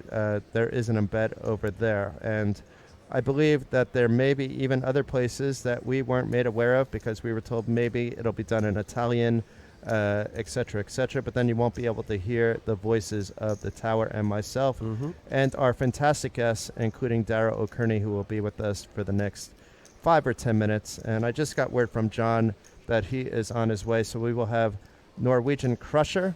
Is that fair to say, Dara? Yep. I'm going to call him a Crusher. Yeah, that's absolutely fair to say. John won the Nordic Championships, I think, a couple of years ago when they were held in Prague. Also, A couple Cash Game Festival trophies as well. Cash Game Festival trophies, and has an Aussie Millions ring, I believe. I was just looking there at the stack sizes and how close 33 big blinds is big stack and 23 big blinds is short stack. 33, 32, 32, 23. Yeah. That means that all the shorties There's no have, such thing as a shorty have anymore. departed, and all the stacks are now consolidated into chunks. And shout out to Fergberger. Haven't spoken to you in a while, but shout out to you. Looking at the chat, PG is back. Poker Gremlin, welcome. And Fox2703. We aren't going to be keeping up with the chat. It's just going by too fast, but when we have a moment, we'll give a few shout outs, especially if you've been with us all week long, as many of you have. I'm not sure what I'm going to do with myself tomorrow, Tower. I mean, it's been 7 days of commentating. It's been an absolute pleasure being alongside the voice of British poker, the voice of the GOKPT, and I'm going to want to be talking. I might be talking on the plane like this, and all of a sudden people are going to be looking at me funny. Yeah. Can you please fasten your seatbelt in seat number 1? Full pre. So we have an interesting spot here. Stephen has raised under the gun with pocket threes. Column's elected to call from the small blind with 7-5 suited, and Sergey has found an ace in the big blind. And he folded it. Wow. We did see him shove 40 big blinds before with a worse ace than that. So it's fair to say Sergey is mixing it up. And not the worst flop in the world if you're going to be calling with 7-5 suited to get 2 clubs on the board. Steven should also be kind of thrilled with this flop, because unless he thinks Colm was flatting with like a pair, he's not flatting with very many 4s, and it's very unlikely he has a queen. One of the 2 remaining queens, yeah. So Stephen will probably try a fairly small bet here, just to fold out hands that have 20 to 25% equity. And he has bet just under 1/3 pot. And Colm About actually has 30%. more equity in this hand than Steven, because also Yeah. the 4 would give He can him get some counterfeited. love, Yeah. and the 5 and the 7. Yeah, threes is one of the hands you definitely want to bet on this board, because you usually have the best hand, but almost everything has lots of equity against you. Now you can see now the 5 has got there. I think Stephen might just slow down here and check behind now.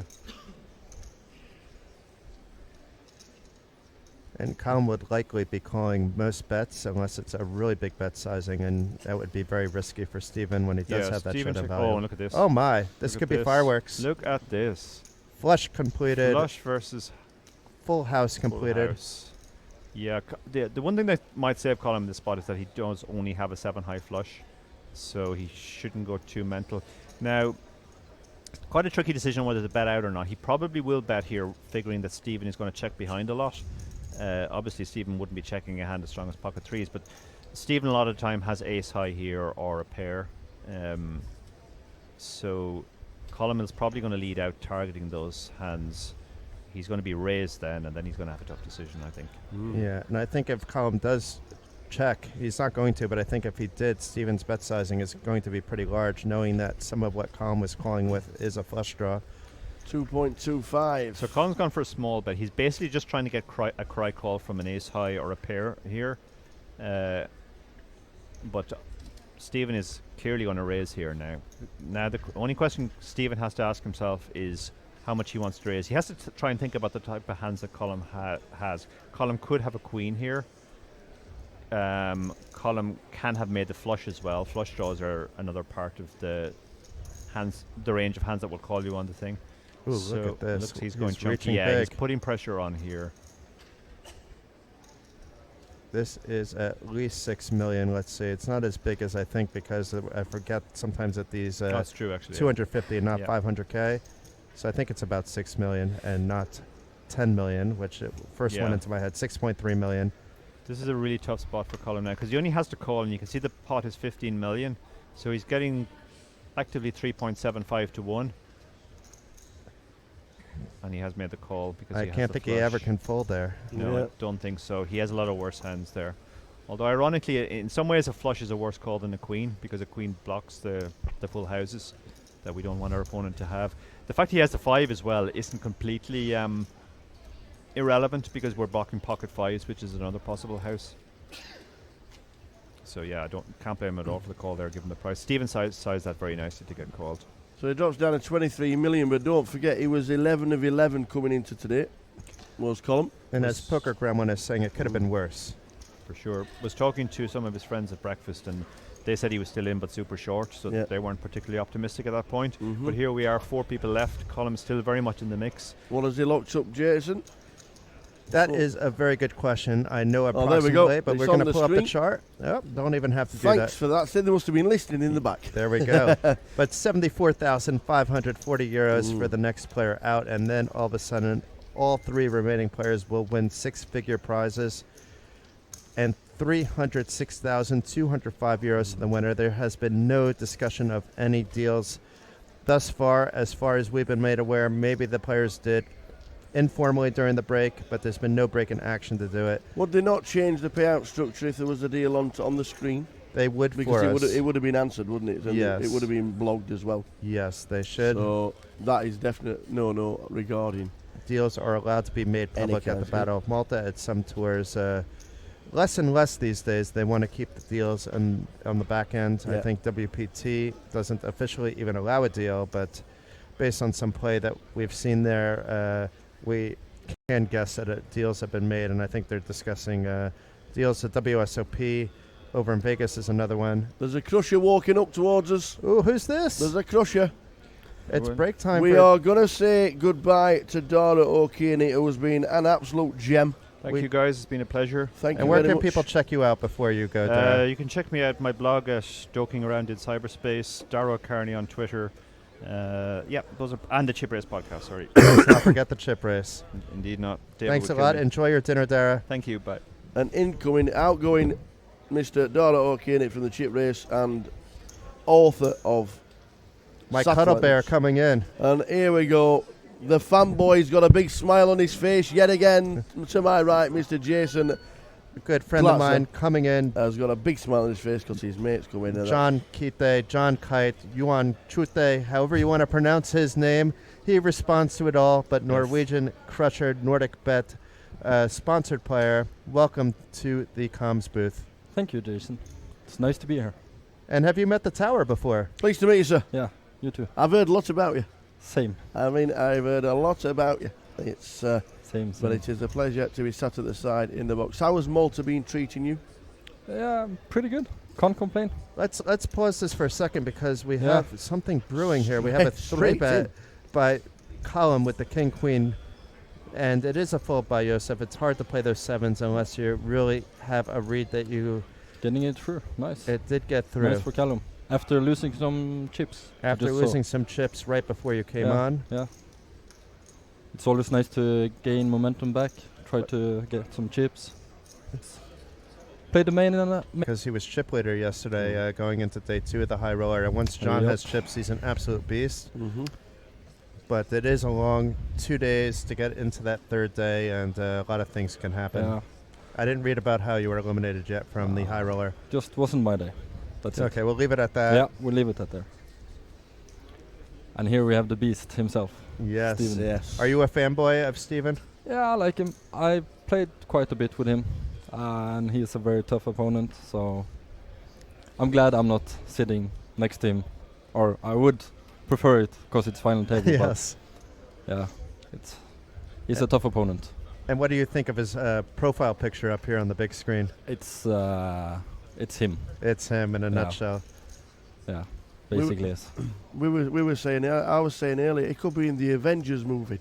Yeah, he could. He could be in the Vikings, Yeah. whatever. Yeah, then Absolutely. Viking, a new character. Yeah, definitely. First time I met him, I was like, "Are you Norwegian or Swedish?" And he was like, "No, I'm Dutch." Okay, cool. The Dutch Viking. And I told him he was the Viking, and Yeah, and that was it. yeah, There's That was Viking it. Prince in the chat, so there's another Viking saying Steven is the caveman. yeah, But no, he's the Viking. I'm sorry. He has the name locked up. yeah, for sure. And interesting here with Steven betting on this board here. Now this board is so wet with spades that if Steven does decide to bet again, it's going to be very tough for Joseph just to call with the bottom of bottomless pairs.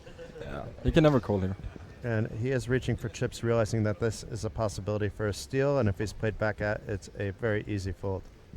3 million coming in. Yeah, some of his semi-bluffs on turn will contain a spade, so I think he will easily take this one down.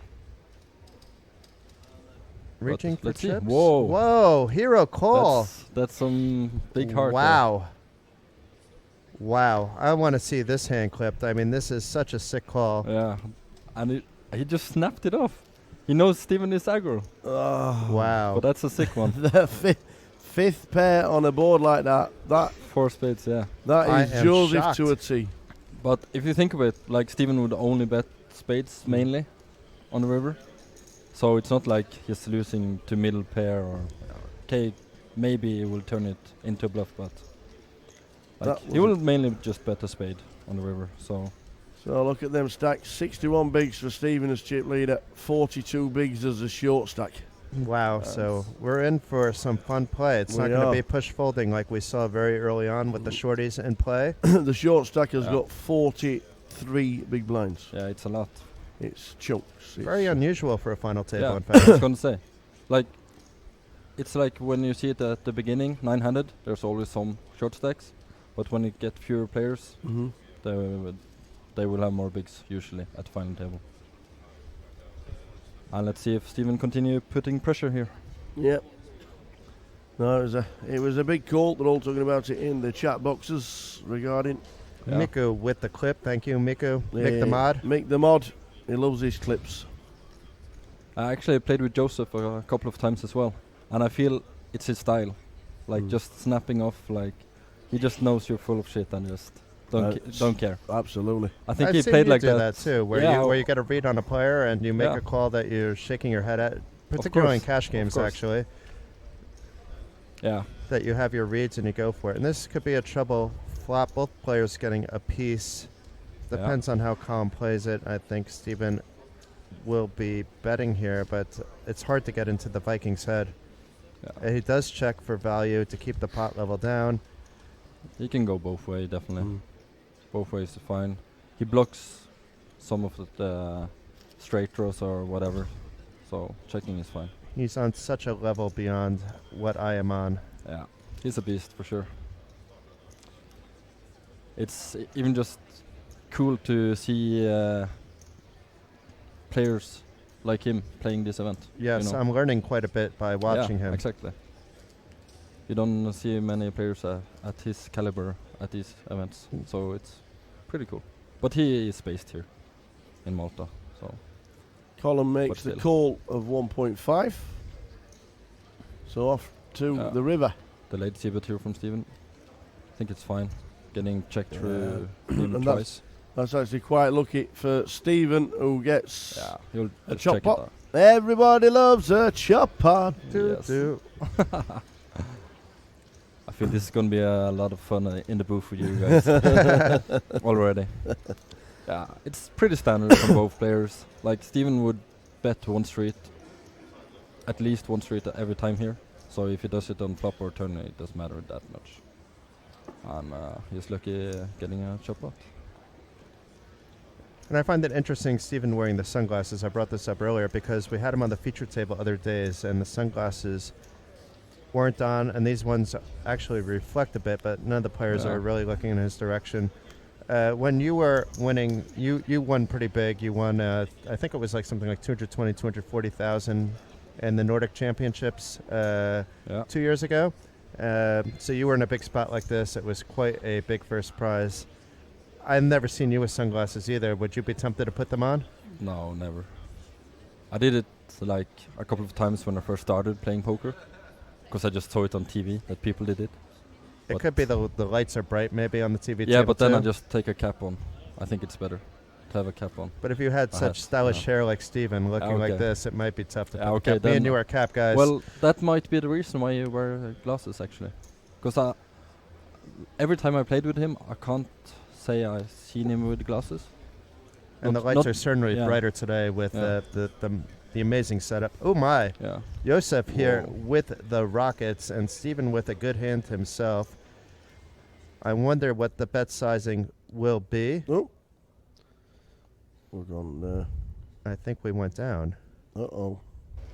We are back. Uh-oh. Sorry for any technical difficulty. Maybe it just went down on our end. but this was not a spot we really wanted to go down. And it It's- doesn't look massively big. Those are 250k chips, John, the green ones, Yeah. not 500s. Let's see what number he comes in with. Maybe 5 million. I bet. 4.5. 4.5. That's like standard-ish. 3x. Yeah. The normal 3x. And on our end, it's cut out again. I don't know about in real time. Oh, we are back again. Yeah. Okay. Sorry for the lag. We are in Malta, where the internet is normally good. Sometimes there could be this small little glitch, but the team here will be on top of it. This is why they have such a big team here. Yeah. Steven will never fold ace-jack 400, so let's see a flop. Do we want to see the case ace, or we don't want to see? We want some fireworks. It's always fun. Yes. But So we- the answer's yes. yes. John wants absolute carnage. Yeah. King, queen. No. 10. 3 draws for Stephen. Well, maybe it's just us. No, I see it on here too. Ah, right, okay. Laggedy lag. Laggedy lag. King 7-5 is the flop. We have a few lagging issues. Hopefully it's not spoiling the entertainment too much. So a check here, and I don't, even though it isn't the best board for ace jack, there is the backdoor flush draw. Yeah. He's often even ahead here. But Not depending that on, often no. versus 3-bet, but yeah. and he- it he is can be about ahead half the sometimes. pot, a little less than half the pot. We being are- bet. What was the bet? 4.5 mil. Yeah, Yeah, into so a pot of The 10. bets. Mm. 11 almost, yeah. I think that Oh, gets so- rid of the customer, doesn't it? Half pot.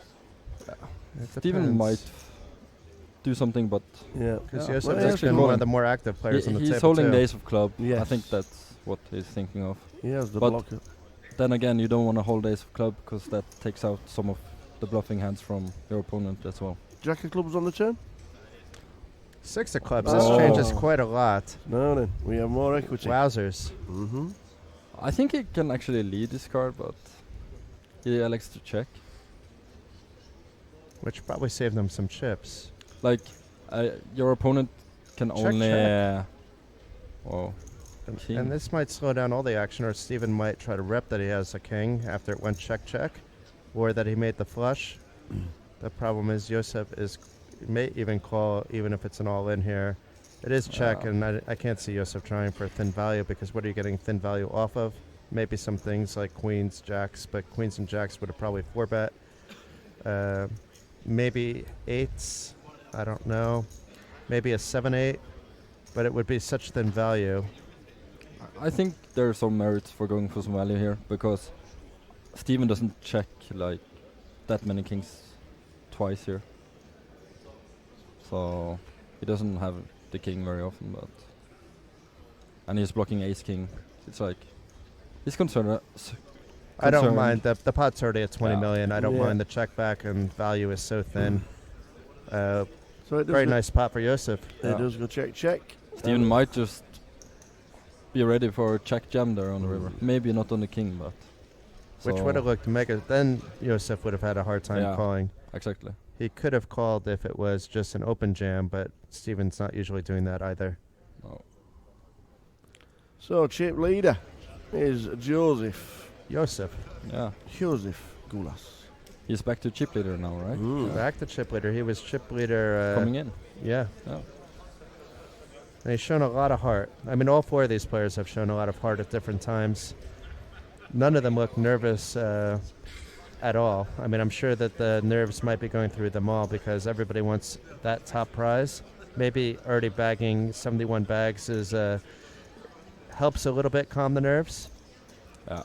Maybe the fact that they've been playing under the center stage for a bit of time, now they can just play their games and forget about everything other than the fact that they're playing poker. Yeah. But now is the big pay jumps though. Yes. This is where the important poker comes in. Yeah, it's over 25,000 difference, isn't it? Yeah. 4th to 3rd. Every decision counts here. Yeah, chunks. It's like 4 times. You will get 4 times if you get first And instead we, of don't, and, we, 4th. and we don't very often get tournaments where second and first is double. anymore. Not anymore. It's not very often, especially the UK. You that's don't true. very often get exactly double from second to first, which we were edging towards if there wasn't a crusher on the final table like we've got with Stephen.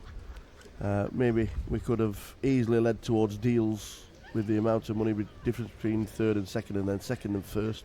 Yeah. But there has been no speak at all, if anybody's asking. I don't think he will take a deal though. No. It definitely have to be a good one. Not four-handed anyway. Maybe heads up. Yeah, maybe. This If is he what if he Fraser gets was the right saying. deal, he might take it. But Yeah. Oh, missed. So blind on blind. Ace 3 9, 2 clubs. He who bets it shall take it. Let's see if Stephen. Nope. Nobody wants it right now. this board definitely favors small blind, so that's Yes. why Steven should just check it back. Can't stab it. Yeah, because there are a lot of aces that the small blind can limp with, but now Yeah. many less with the ace pairing the board. Of course.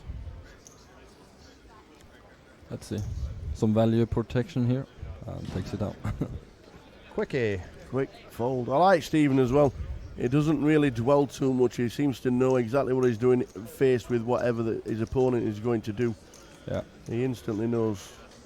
When you're an online poker crusher and you're multi-tabling events where you've played for these kind of prizes before, it's very more natural, I would say, than a live poker player that's maybe been in these situations before, but how many times can you be in this situation as a live crusher? And Stephen obviously has had some nice results live, not taking that away from him. He's played in the big stage many times, but with more than 9 million in online cashes, he's definitely had a lot more opportunities than the average player to be in these spots. Definitely. And column our 32 red qualifier. Imagine turning a few euros into Erdi over 70,000. That's and pretty sick. could walk away with 306,000 if things go his way. Yeah, let's see. He's battled his way up. He had 2.6 million chips, 11th out of 11th to start the day. Whoa. And by the time the final table came around, we weren't watching while it was 11th and 10th. We were preparing for the stream. All of a sudden, he has 14 million in chips and was in third place. And we did find out he eliminated the 10th place player. There's more information on that on the Battle of Malta blog, so go ahead and check that out. They're reporting on stream time, so don't worry about getting any spoilers. And also, there's information on the MPN blog as well, so to be sure to check that out. Let's see. We got an interesting hand here brewing. Whoa. Wow. Top pair. Did you know this was going to be the So- flop, John? It's got far did more not interesting know. now. But two interesting hands, big hands, and on this flop, This is sick. I feel sorry for Callum. Yeah, this could be the end of column, although we could see still a queen, but one of them is out, so it would be like a one-outer for column, but technically a Yeah. two-outer. Runner, flush. Runner straight doesn't work though. Runner, 'cause runner. It will give Steven full house. Runner flush with the king of diamonds would be the end of the world. Okay. Or with True. the jack and king of diamonds, if we're real going to be cruel. Yeah. Let's see. So column probably thinking, he has to think he has the best of it. And Stephen not wasting any time, because this can easily look like a move, but it is for value, it is for inducement. Yeah. He does not obviously want column to fold. He wants to build up that pot as best as possible. And it's huge bet as well. Yeah, in this spot, column, his column does have a lot of ace queen, even ace king hands that may continue here with the under the gun raise, although it is a cutoff, so it's not exactly an early position raise. Let's see what he does. He does call it. Yeah. Not Pretty that standard. surprised. But I think he's going to be cautious now after that. Ace on the river ace on the turn will be ill. Tower wants to see carnage now too. No, it would be ill. 3 of They would spades would be be good. ill. Well, the 6 of spades is That's a pretty safe, but It's a break, yeah. Zedloff has the option. Trip 10s on the flop. He's all in, I think he said. I saw it mouthed out. He is indeed all in for Wow. 22 million. If we get a Wow. call, This is a bold move. we are facing elimination. this could save Colm some chips also, because he was likely to call many bets. I don't know if he's going to call here. I don't think Colm can go away here, but This it's is- just so well played from Steven. He just knows his opponent, where he's at, and like it looks so heavy draw. Yeah, His because bet, it looks like a Jack Queen suited, a Jack King suited, for example, yeah, even- diamonds like even another Gotcha. queen like a Yeah. Jack Queen of Spades that now also has a flush draw and has some equity if you're called. On the other hand, Steven did it here with such a strong hand. He's putting his opponent on the exact hand that he has, maybe Yeah. even King Queen. This is a tough spot. I don't think Colm can go away here. However, he does not want to have ace of diamond in his hand. That's like a lot of bluffs Steven could have, like ace x of diamonds and This would ace be jack. the ace. fold of the tournament if he can find it. Yeah, definitely. So he bets a bit over the pot. How much was the pot? The pot was around 14 million and the bet Yeah. was around 22 million. They're rounding That's the numbers sick. on our bet sizing. 1.5 times, 1.6 times the pot. That's a sick bet. Like a lot of players that's not used to these higher stakes or like playing against higher stakes players, they will just think it's a draw, right? Because that's what most people do with these bets. So I think Colm will think, yeah, you just have a draw. I have to call it off, right? On the other hand, there's ICM to consider. Yeah. So maybe. And it is a high variance spot, and he was building up his chips in spots where he really felt strong about being ahead.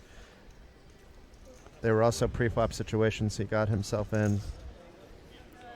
I like that he didn't just snap call anyway. He is thinking about it. It's for a lot of money. I have to think it through. Definitely.